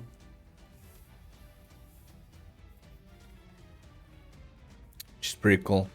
I was trying to finish this game, but I mean, it's cool. We have to play some Rocket League. Okay. Do we have time in the afternoon?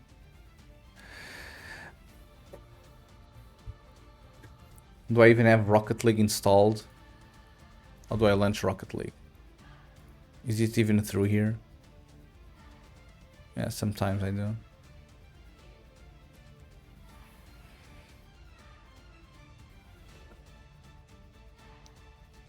Okay, maybe I shouldn't do this because this will probably kill the stream. No, because he's only downloading, he's not uploading. What's your rank again? Bro, I play Rocket League once a year. Hello, Azraelite. Good morning. What's my rank? Yeah, bro. I play Rocket League once a year. You know, so I don't have a rank. At the top of my game, I was Champion 2.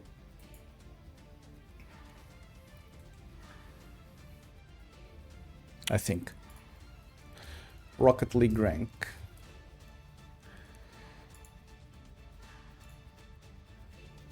Yeah, at top of my game, I was Champion 2.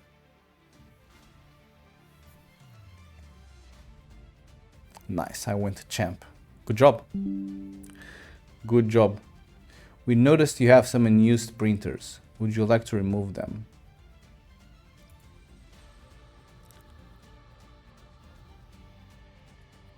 We can remove this one. One note. Fuck you. Done. Good job. But yeah, what I really like about competitive games is being able to like see the distribution here and see something like oh, it doesn't even show you like the stats. What the hell? Hold on. Like something like this. This is what I love like about competitive games. Is being able to come here and say, GG, I'm top 2% of the players. Fuck all of the other 98% of them, you know? And as long as I'm at like...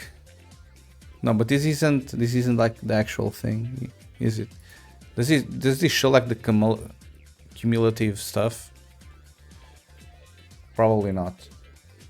But as long as I am like top 10% on any game, I'm like very happy. Just getting above the average curve is a challenge, yeah.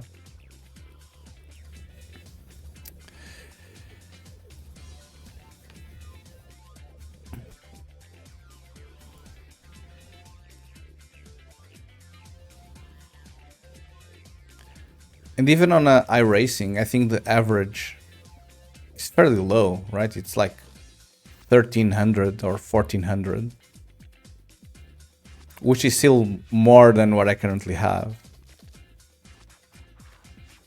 But yeah, I do believe I'm better, or I have the ability to be better than 1300, because I do believe I'm fast, but because I don't grind as much and I still make many mistakes. But I actually believe I could be faster than you. Maybe not Team. Team is like crazy. Team is legit a good racer. But I do believe I could beat you.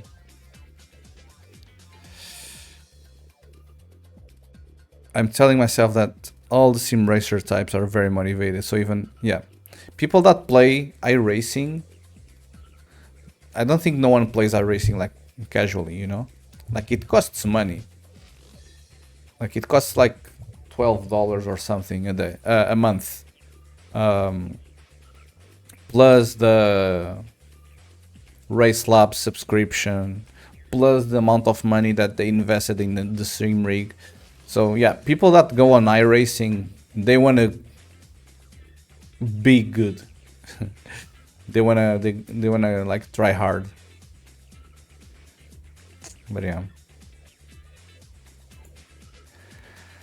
What was I doing again? Usually any other day I don't forget what I was doing. But oh, I think I was adding the thing here. Yeah. Okay, so this took us... Did I even change much code? I mean, not really.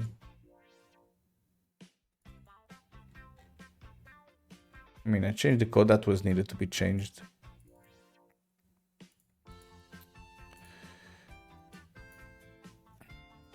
It's like 1 hour, YOLO.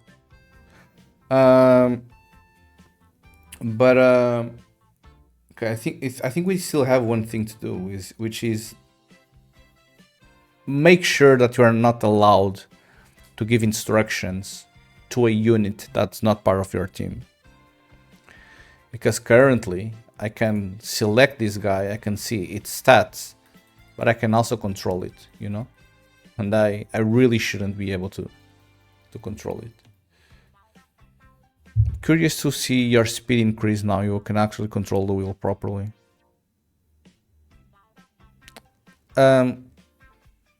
Not gonna lie, I don't think that's gonna make much difference. Like, it wasn't uncomfortable for me to race. Much better leverage. I haven't played it that much. I don't feel any difference in the way I grip the wheel at all. I feel in terms of posture, but in the sense that I don't get tired or sore as easy, because I still think that the way that I raced was like proper inclination stuff. It was more laid down. It was more like a F1 kinda, and this one now is more like GT3. But yeah, I did it for the comfort. I didn't do it for the possibility of being faster, because I don't believe it's gonna make any change whatsoever.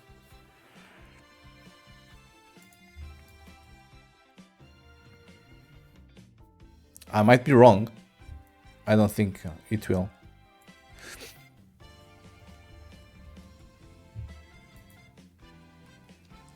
Okay, so how do I do this? So I have this guy selected, and when I right click, what happens?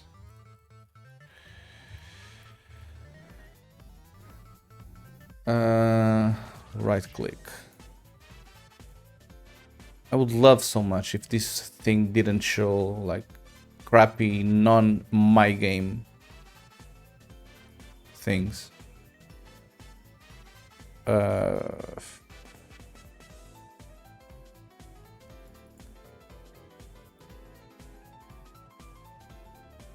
Like, I only wanted to show me my game code, you know.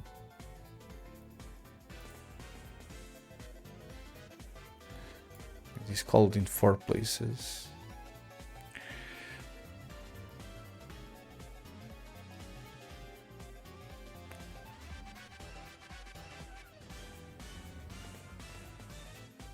Yeah, the thing now is that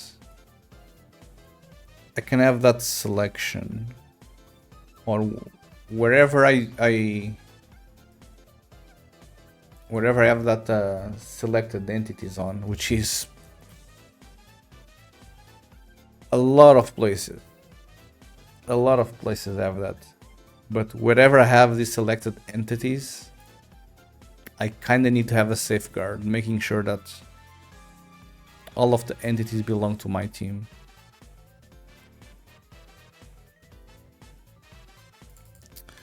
So what can I actually do there, you know?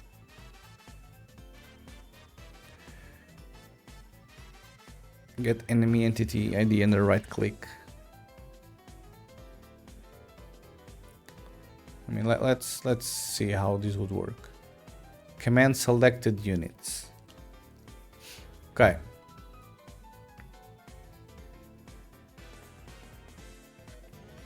So this is whenever I click this button, which is like the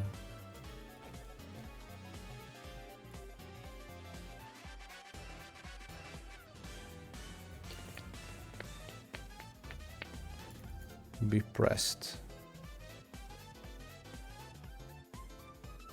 Cancel, cancel, attack, cancel, get its formation.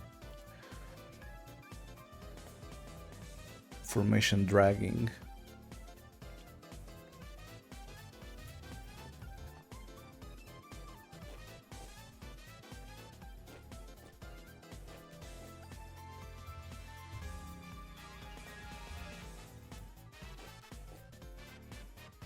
Yeah, so the formation dragging is this stuff here.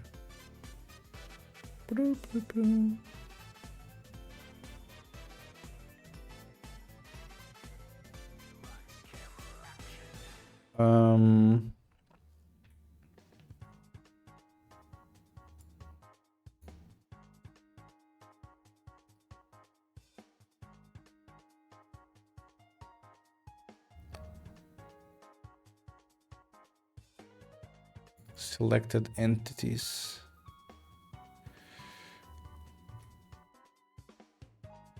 Okay, so all of the actions are made here. So I already have this. Okay, so I think that for the get selected entities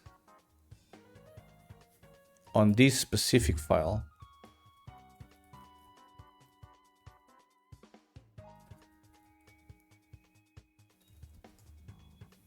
We still call it 19 times. But I feel like these get selected entities should get like an optional team ID, you know, where I only ever actually get the entities that belong to my team. So this would call this nonsense, and then this takes something, and then this filters them out by that. Oof. It's gonna be way too difficult, bro. Which now kinda tells me that we should actually have the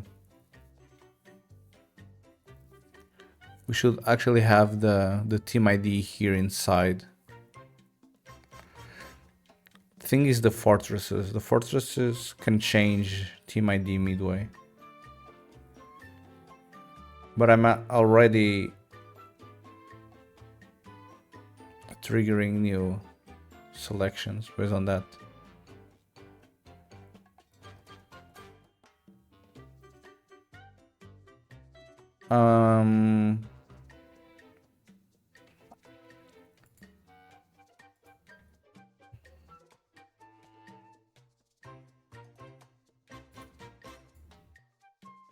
Damn, whenever a game updates, there are so many gigabytes, like it's crazy. It is crazy, bro. Okay, I'm gonna start charging my PS5 controller, so I have no excuses. Does this actually work this way? I mean, this is connected there.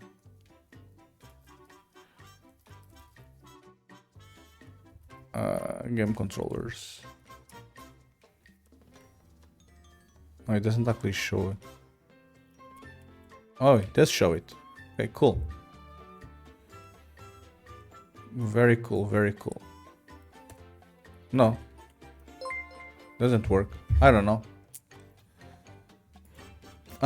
Thank you for the follow. Holistic Sunshine. That's a cool username. Welcome to the stream. My name is Dudezord. I do cool game dev stuff here on Twitch. I have 3 projects on rotation. I have this this Unreal game, which is a real-time strategy game that I'm making with some friends. By the way, we have a Steam page. You can wishlist the game if you want. I also have a Unity game that I'm developing with another friend, and then I also have a Game Boy emulator that I'm developing on my own in Rust. I didn't know you already hit the follower goal. Congrats! Thank you very much. Yeah, well, maybe I should update it. No, it's 110. I'm always like moving the post, you know. As soon as I reach one, I increment it by like 10 or something. But I actually feel that it made a difference, you know, like having like the visual number, and people were like, oh, it's just like 3 or 4 away. Let me give it like a free follow to see if I can help them. I think that works. Okay. I really believe now. 100 feels like a bigger goal than 110 or 90. Nice round number. Yeah. And it took us 1.5 months, so not too terrible. It was like an average of 3, maybe, of three people per day, which is still only 1 person every 2 hours, which is still like a lot. But it's cool. Yeah, I appreciate everyone's help making the channel grow. And the subs that we get every once in a while. I think now we have like 12 subs or something, which is really cool as well. Yeah. Free monies.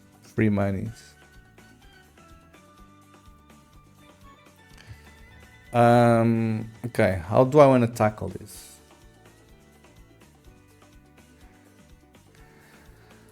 How do I want to tackle this? Where is this being used?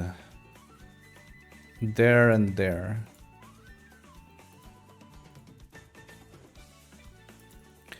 Yeah, bro. I actually firmly believe I should have a team ID here.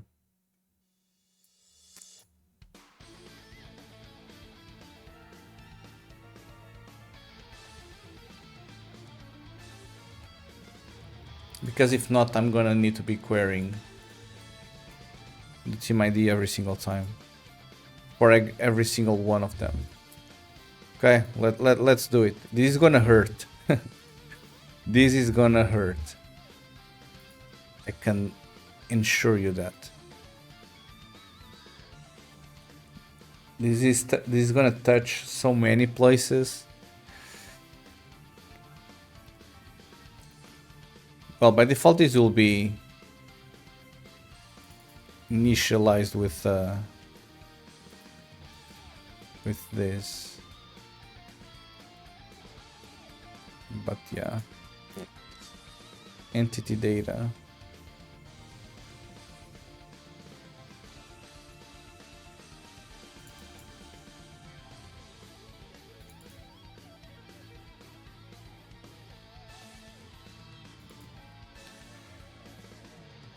Okay.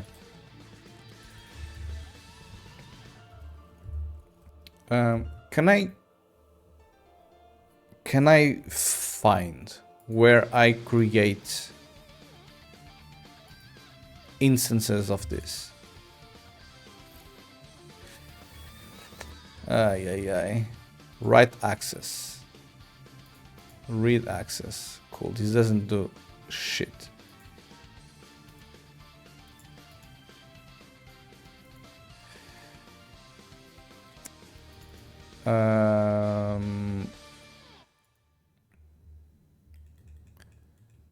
This is every place that uses selected entity. I literally, I want to just create this. I think it's the create entity data. And surely, fingers crossed, this is gonna do it. Team ID equals fortress data owner team ID. Good job. Do you ever do lit code? I used to do it. I mean, I do like programming challenges, and you'll notice that I have like a bunch of install games about like programming and all. Like, I like the challenge of doing programming challenges. At the same time, they are so freaking useless, you know? I don't know how it's there in the US, by the way. I don't know how it's in there. But here in Portugal, we don't have like super complex interview questions. Wrong password. I think it's this. Fuck, it's this. The email and our password is not correct. Bro, I'm pretty sure it is. Verify you are a human. Oh, I didn't even need to do that. I still have like the old picture that my ex took. Can I like see something? My list. Can I like show what I've done? Do they even like show something? I mean, 2021.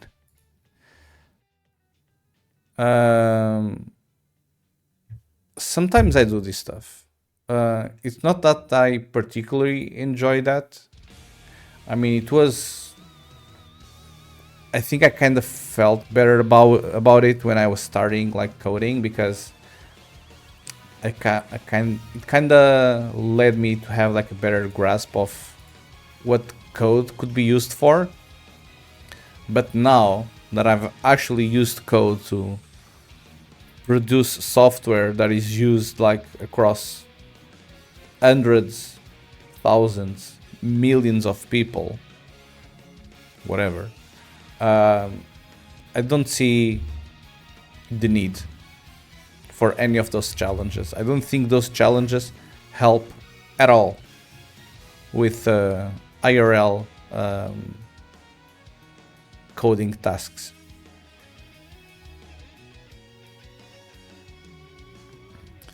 At their raw form, they are useless, but knowing how to write efficient code is important. Yeah, that I agree with. That I agree with. But I would say that more important than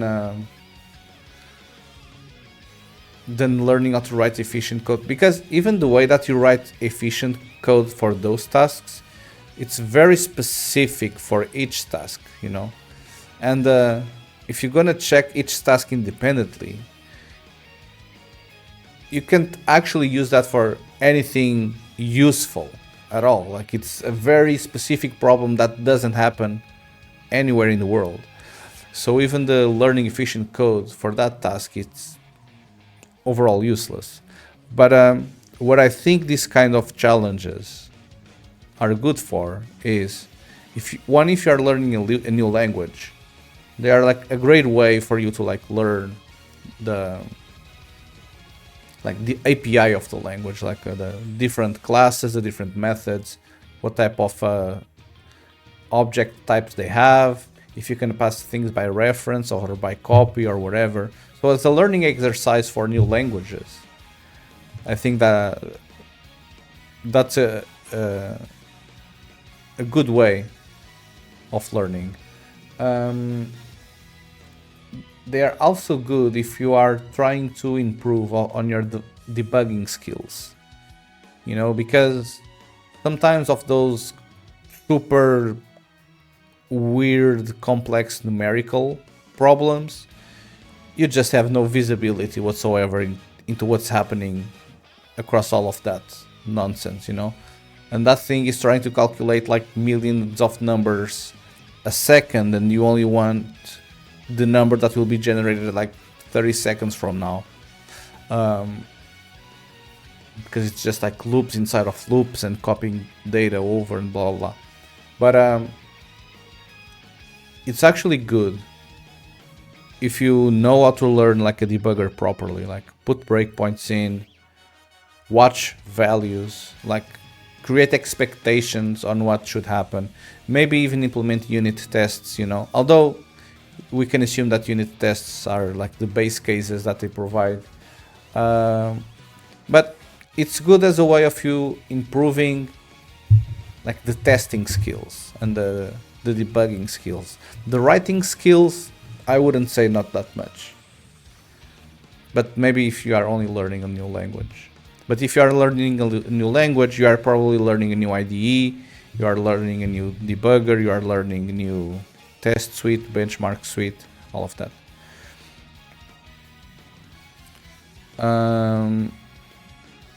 I do them for fun. Real software development can be so tedious. Yeah. Usually, I used to do Advent of Code.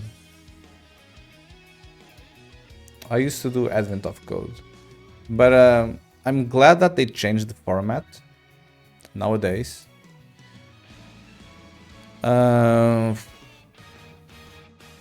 Was it even Google or was it the GitHub one? I don't know. But I used to do Advent of Code, and Advent of Code is cool. I like it.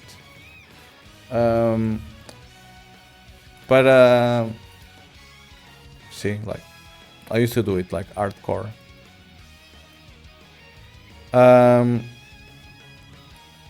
But since this only released in December, actually having to spend like 3 hours a day like on the harder tasks in peak December, when you have like to like buy presents and like prepare for Christmas, was like crazy.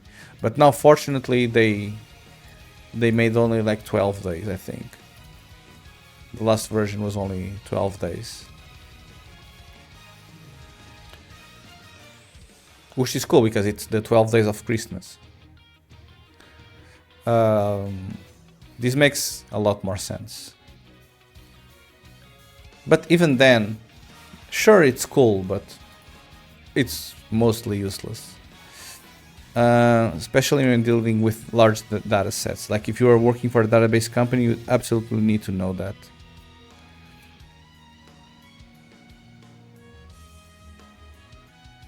Yeah. I guess it depends on what level you are coding at.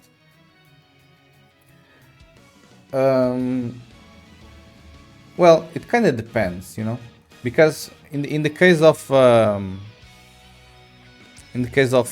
lead code and other types of like programming challenges, it's mostly always about going as fast as possible, you know, and maybe sometimes that isn't the requirement, you know. Maybe the requirement is it needs to have like the lower memory footprint, you know, or it needs to be balanced, you know, like real life conditions change on a per project basis, mainly for things that are deployed on the web and that are used or are supposed to serve like thousands of requests like each second or millions, you know. So sometimes it's not about being the fastest and writing like cryptic code that does thing in a two less clock cycles than the alternative method. And I feel like these types of challenges, coding challenges, they aim way too much at just go fast. And they go fast for the sake of penalizing everything else. Penalize the way that you write code because it's gonna be ugly. You can't write like pretty code that runs fast. That's almost impossible. And they don't care about like memory footprint at all. Like you could use like a 32 gigabyte array to do all of your calculations, and sometimes you don't need that or you shouldn't have that, and other times you do, you know. So they are good for very specific cases, I would say. But yeah, I do enjoy them more than those coding challenges. I'm gonna open again the other profile, but more than those coding challenges, I used to enjoy more coding game. These I enjoy a lot, which is essentially you need to code your own bot, you know, and they will go against other people's bots.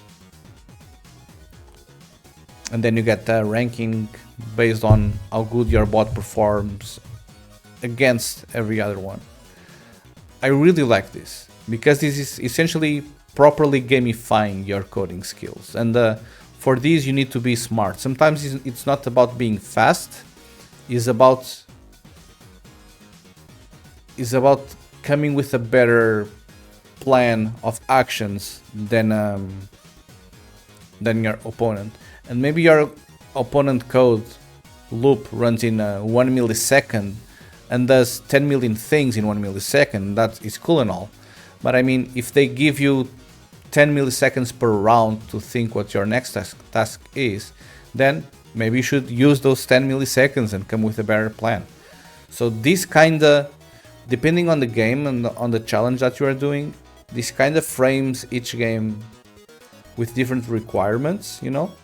So this is more similar to what real life constraints would feel like. Zachtronics coding games are fun. Yes. 1, 2, 3, 4, 5, 6, 7, 8, 9. All installed. 6, 7, Lamau.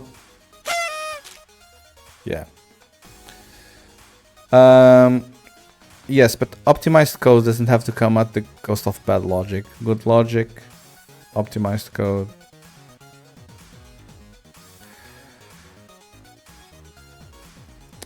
I mean, right.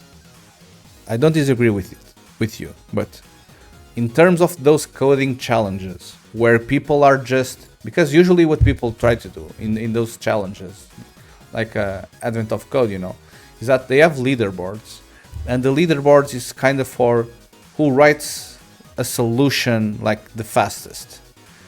And in that case, you aren't really thinking about your code quality, you are just like speeding it up. Leaderboard.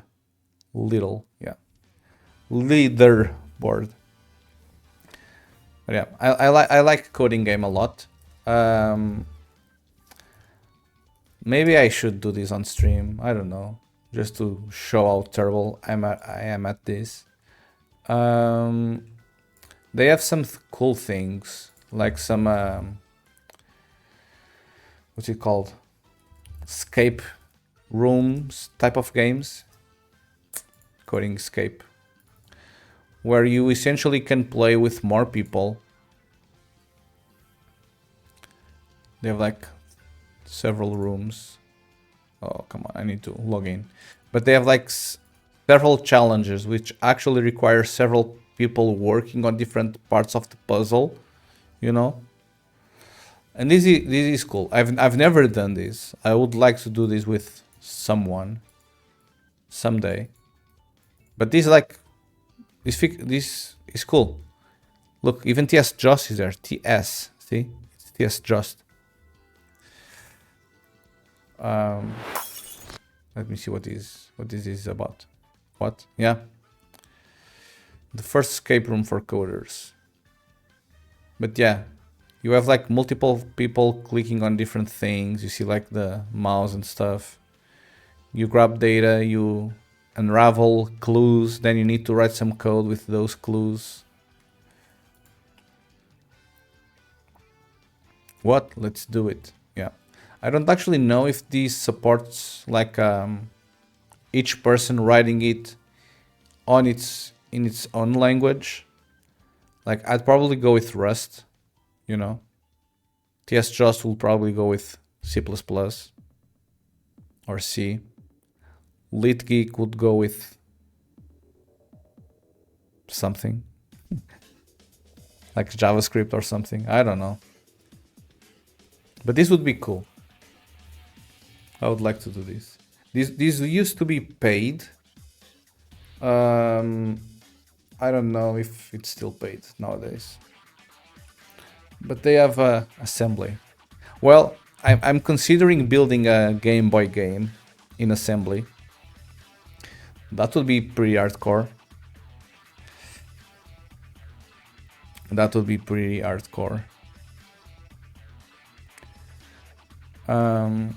Yeah, I don't know.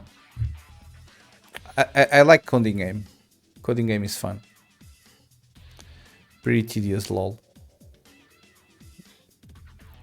Sure.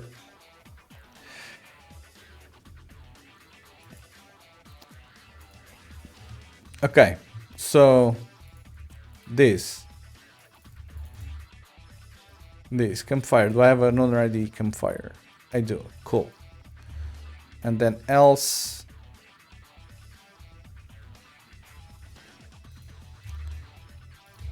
I do.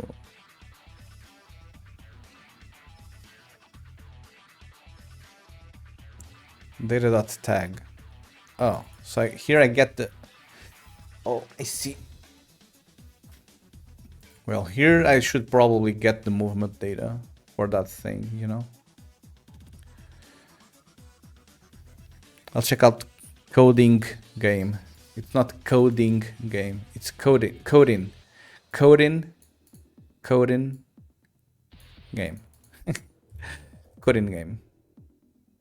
Coding game. Yeah, it's pretty cool. Again, I haven't used this for years and years. Can I even log in?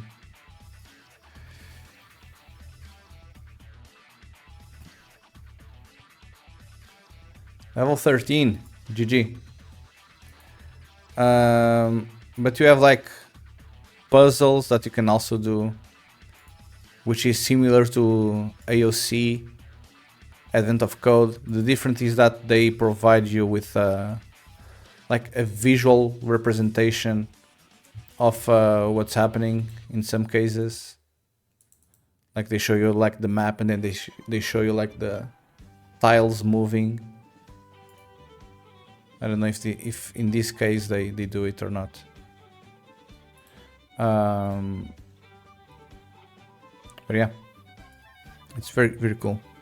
Yeah, they do support a ton of languages. So I've done... I don't know if I can... see what languages I used. But yeah, they have puzzles, so they are just the regular Advent of Code stuff. They have Code Golf, which is do this in as few characters as possible. Then you have the optimization, which is like go either very, very fast or use less memory. And then you have the multi-stuff, like the leaderboards, where you can essentially build your own bot, like bot programming. And yeah, you just go one against the other, playing games. Do they even have like the...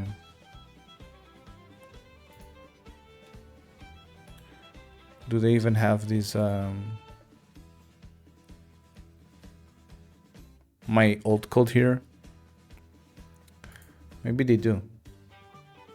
Is this my code? Yeah. No, this is, I think this is a summary. Or is this my code running? Who the hell knows? But yeah, you write code, and then the code runs. You see like the code in real time here running. It tells you like what's happening, you know. You see like my character versus the enemy characters. So this is pretty cool. I like this a lot.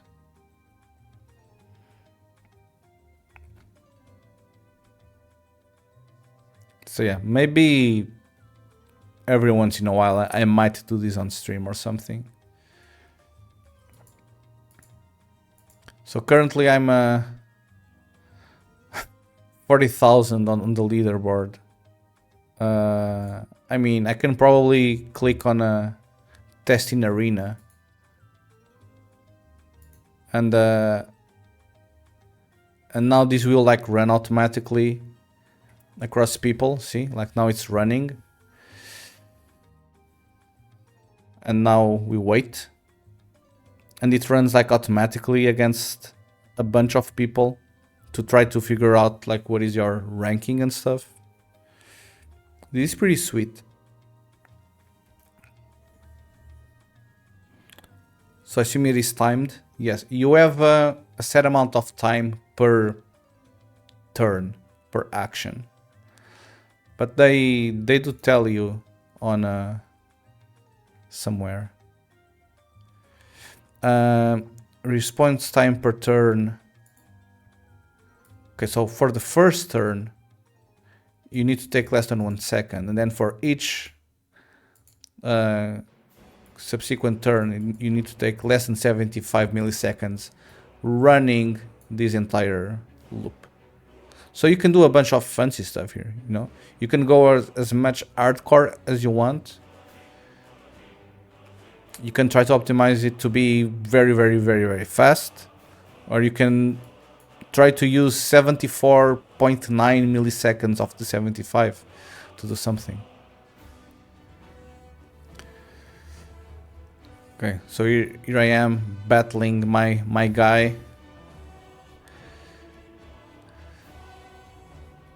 Okay, which ranking am I on? Battles in progress, 17%. But I mean, I've been winning most of them, see? Bloop, bloop, bloop. So the first 40 battles, I won all of them.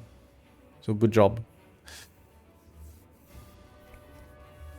And then you have like different rankings, you have different like medals. I mean, it's pretty cool. I really, really enjoy this. I really, really enjoy this. Now I kind of want to check what ranking I got. I mean, this is a fairly simple algorithm. I'm just like calculating. So the objective for this game is that you can throttle, and so but throttle always goes like ahead, you know, and then you can rotate the thing, and you need to go across like the different checkpoints in order. So it's 1, 2 finish line, 1, 2 finish line. Sometimes it's only one lap, sometimes it's multi-lap. So you kind of need to know when to accelerate, when to brake, when to turn. Yeah, it's pretty cool. Still winning after 60 battles. I think I'm winning. Maybe I'm losing. How do I know? Oh, see, you can even like click here and it will show you like the game running across different people. Full screen. I'm the pink guy.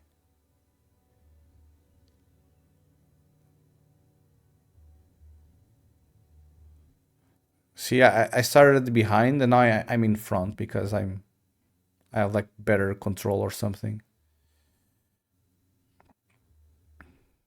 See, this guy does like this weird thing around, and I kind of need calculate like ahead what is the best angle of attack. I mean, it's pretty cool.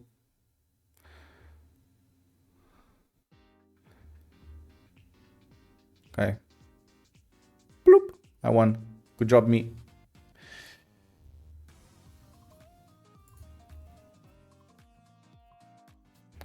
No, I'm still winning after 80 battles.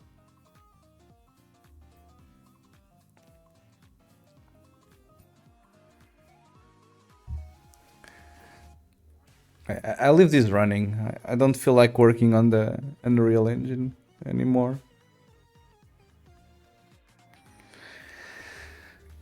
Okay, I'll put it like this. And while I wait, I want to get the movement component data. Movement data. Movement storage. And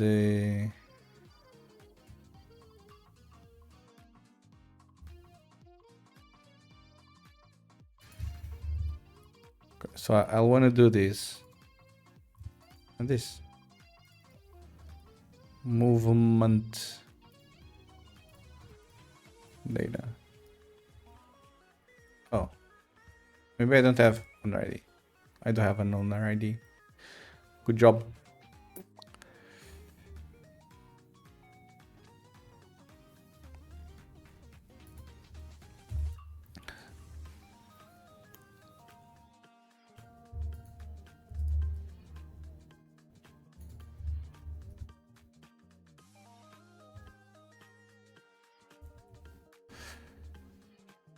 Nice. We are having too much fun. I mean, I like seeing numbers go up, you know?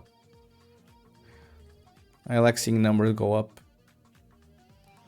So now I kind of want to know like which ranking I'm on. Now it says that I'm at a 43,667 Lamau. I mean, I'm still unbeatable after 110 battles. Okay, so I just went up 42k.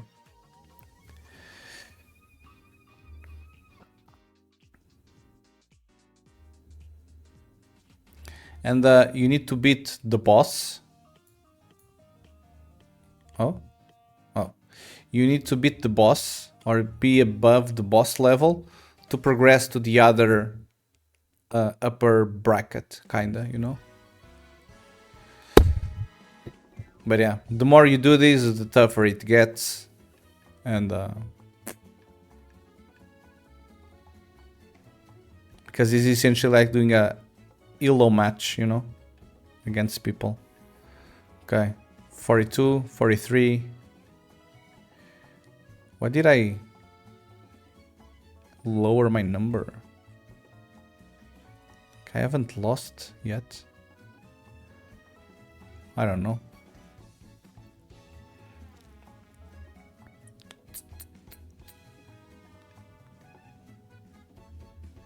Yeah, and you always do like 2 battles with against everyone, you know. Sometimes you start as player 1, sometimes you start as player 2, like different maps and all. Just to make sure that it wasn't like a one-off fluke, you know.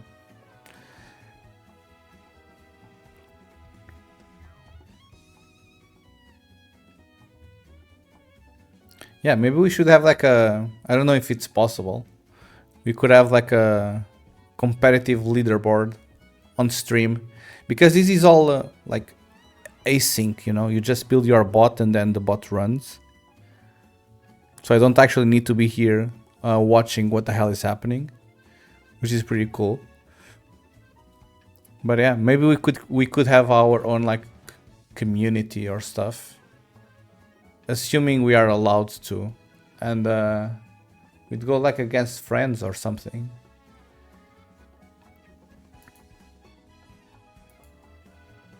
Yeah, maybe if we had like a friends leaderboard or something. Pay tiers somewhere though. Pretty certain there is. Oh, can I watch Coding Escape now? Yeah, see, so they have like the training room, which is like solo, 5 minutes. And then you have this one, which is solo. But this takes 1 hour, this takes 40 minutes. And then these ones take like 2 to 3 people. 2 to 6, 2 to 6, 2 to 6, 2 to 6, 2 to 6, 2 to 6, or 1 to 6 even. So it's pretty cool.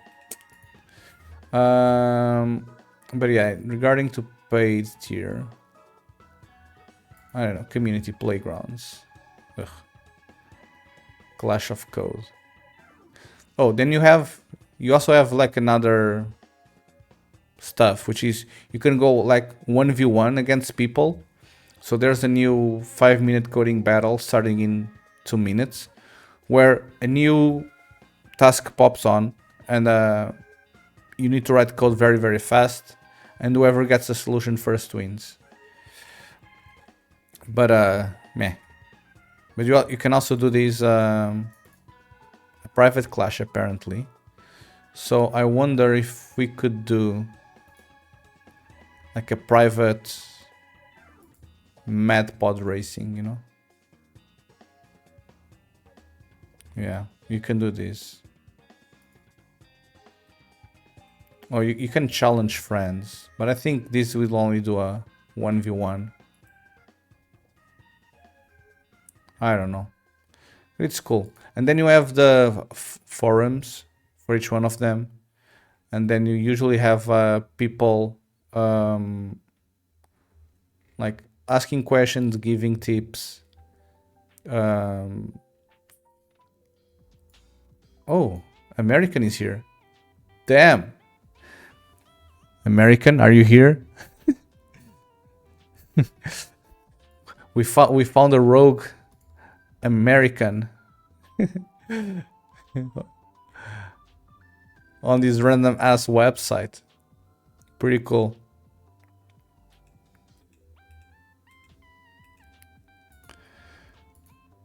Okay, what's the status?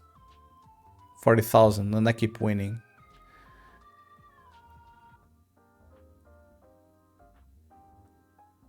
Then I don't know what the hell is happening here.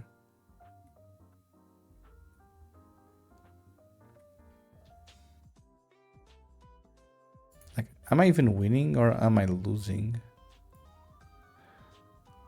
Oh, and this is all deterministic, by the way. So you don't actually need to watch these like in real time. You can just like speed it up and figure out. Oh, did I already finish?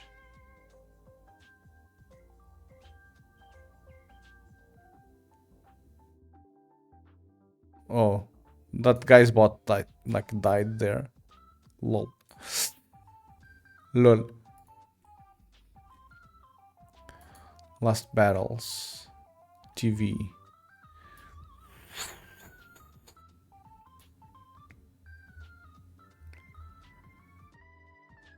Okay, I'm at 40k.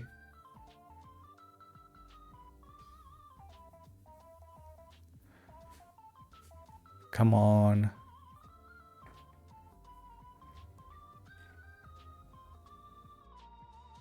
How many battles does this do?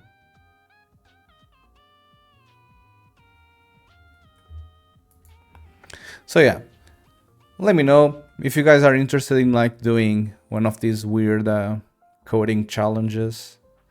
I just need to figure out if we can actually like code in different languages, or if we need to all code on the same one.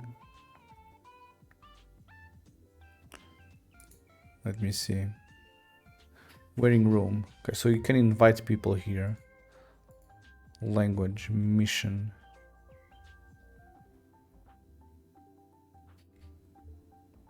I don't know. Okay, how's this going? 97%.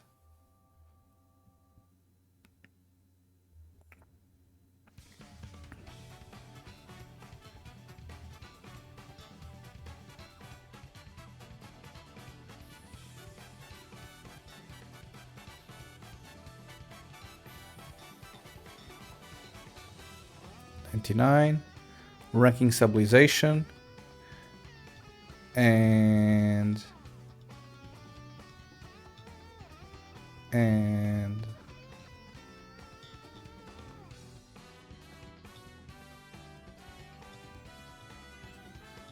let's see what this gets us.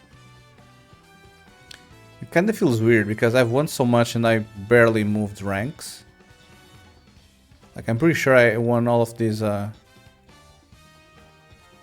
battles, you know? Like I haven't lost a single one of them, but I still got like a crappy 41,000 rank. So I don't really know what the hell is happening here, you know? Do I actually need to like do these multiple times in order to go up? Or what the hell is going on with there? You know? It's weird. Those better than the boss will be promoted to Silver League at 1:13 p.m. Language. Okay, I'm on Bronze League. Where the hell is the boss?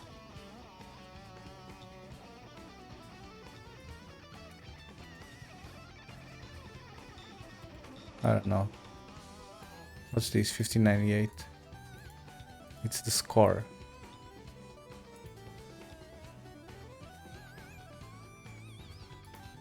Okay, this is the version of the code. So it even like saves the different versions of the code, which is pretty cool. Okay, so this is the leaderboard. These are my battles. But what score do I have, you know? I kind of want to know. I see a 13 there.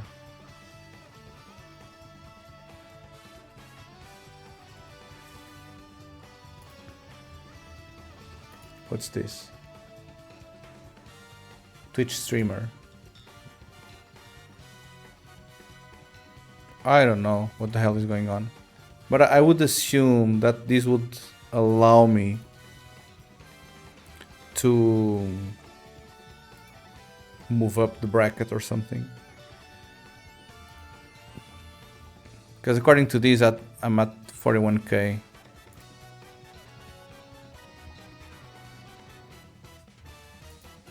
which is weird. Overall, I'm 109,000. And this guy, for example, number 2 in C++, I don't think it will show like his code, you know, but you will be able to see like how his thing works, and you can kind of control multiple of them at the same time, which is pretty cool. And for some reason, this turns into like a pushing contest. It's not more about actually capturing the next flag. It's just like a pushing contest, like blocking.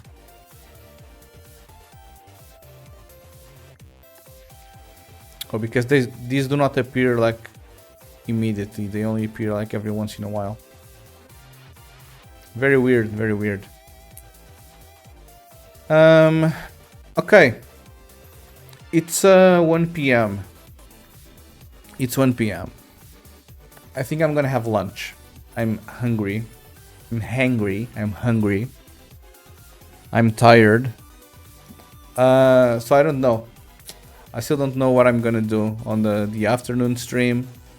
Maybe I'll continue with Unreal. Maybe I'll do some coding challenges. Maybe I'll play a game.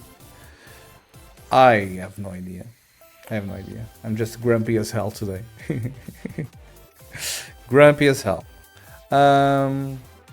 Okay, everyone, thank you very much for watching the stream and for keeping me some company. I'll be back in around 1 hour time, and we'll have more fun in the afternoon. If you don't know, I have a Discord server, so in case you wanna talk offline and discuss stuff or share some cool projects that you're working on, I mean, feel free to join the Discord server. And yeah, I think this has been the stream. Maybe I'll take a nap. Maybe I should take a nap. I don't know. Okay, everyone, thank you very much for watching, and I'll see you guys later. Bye-bye.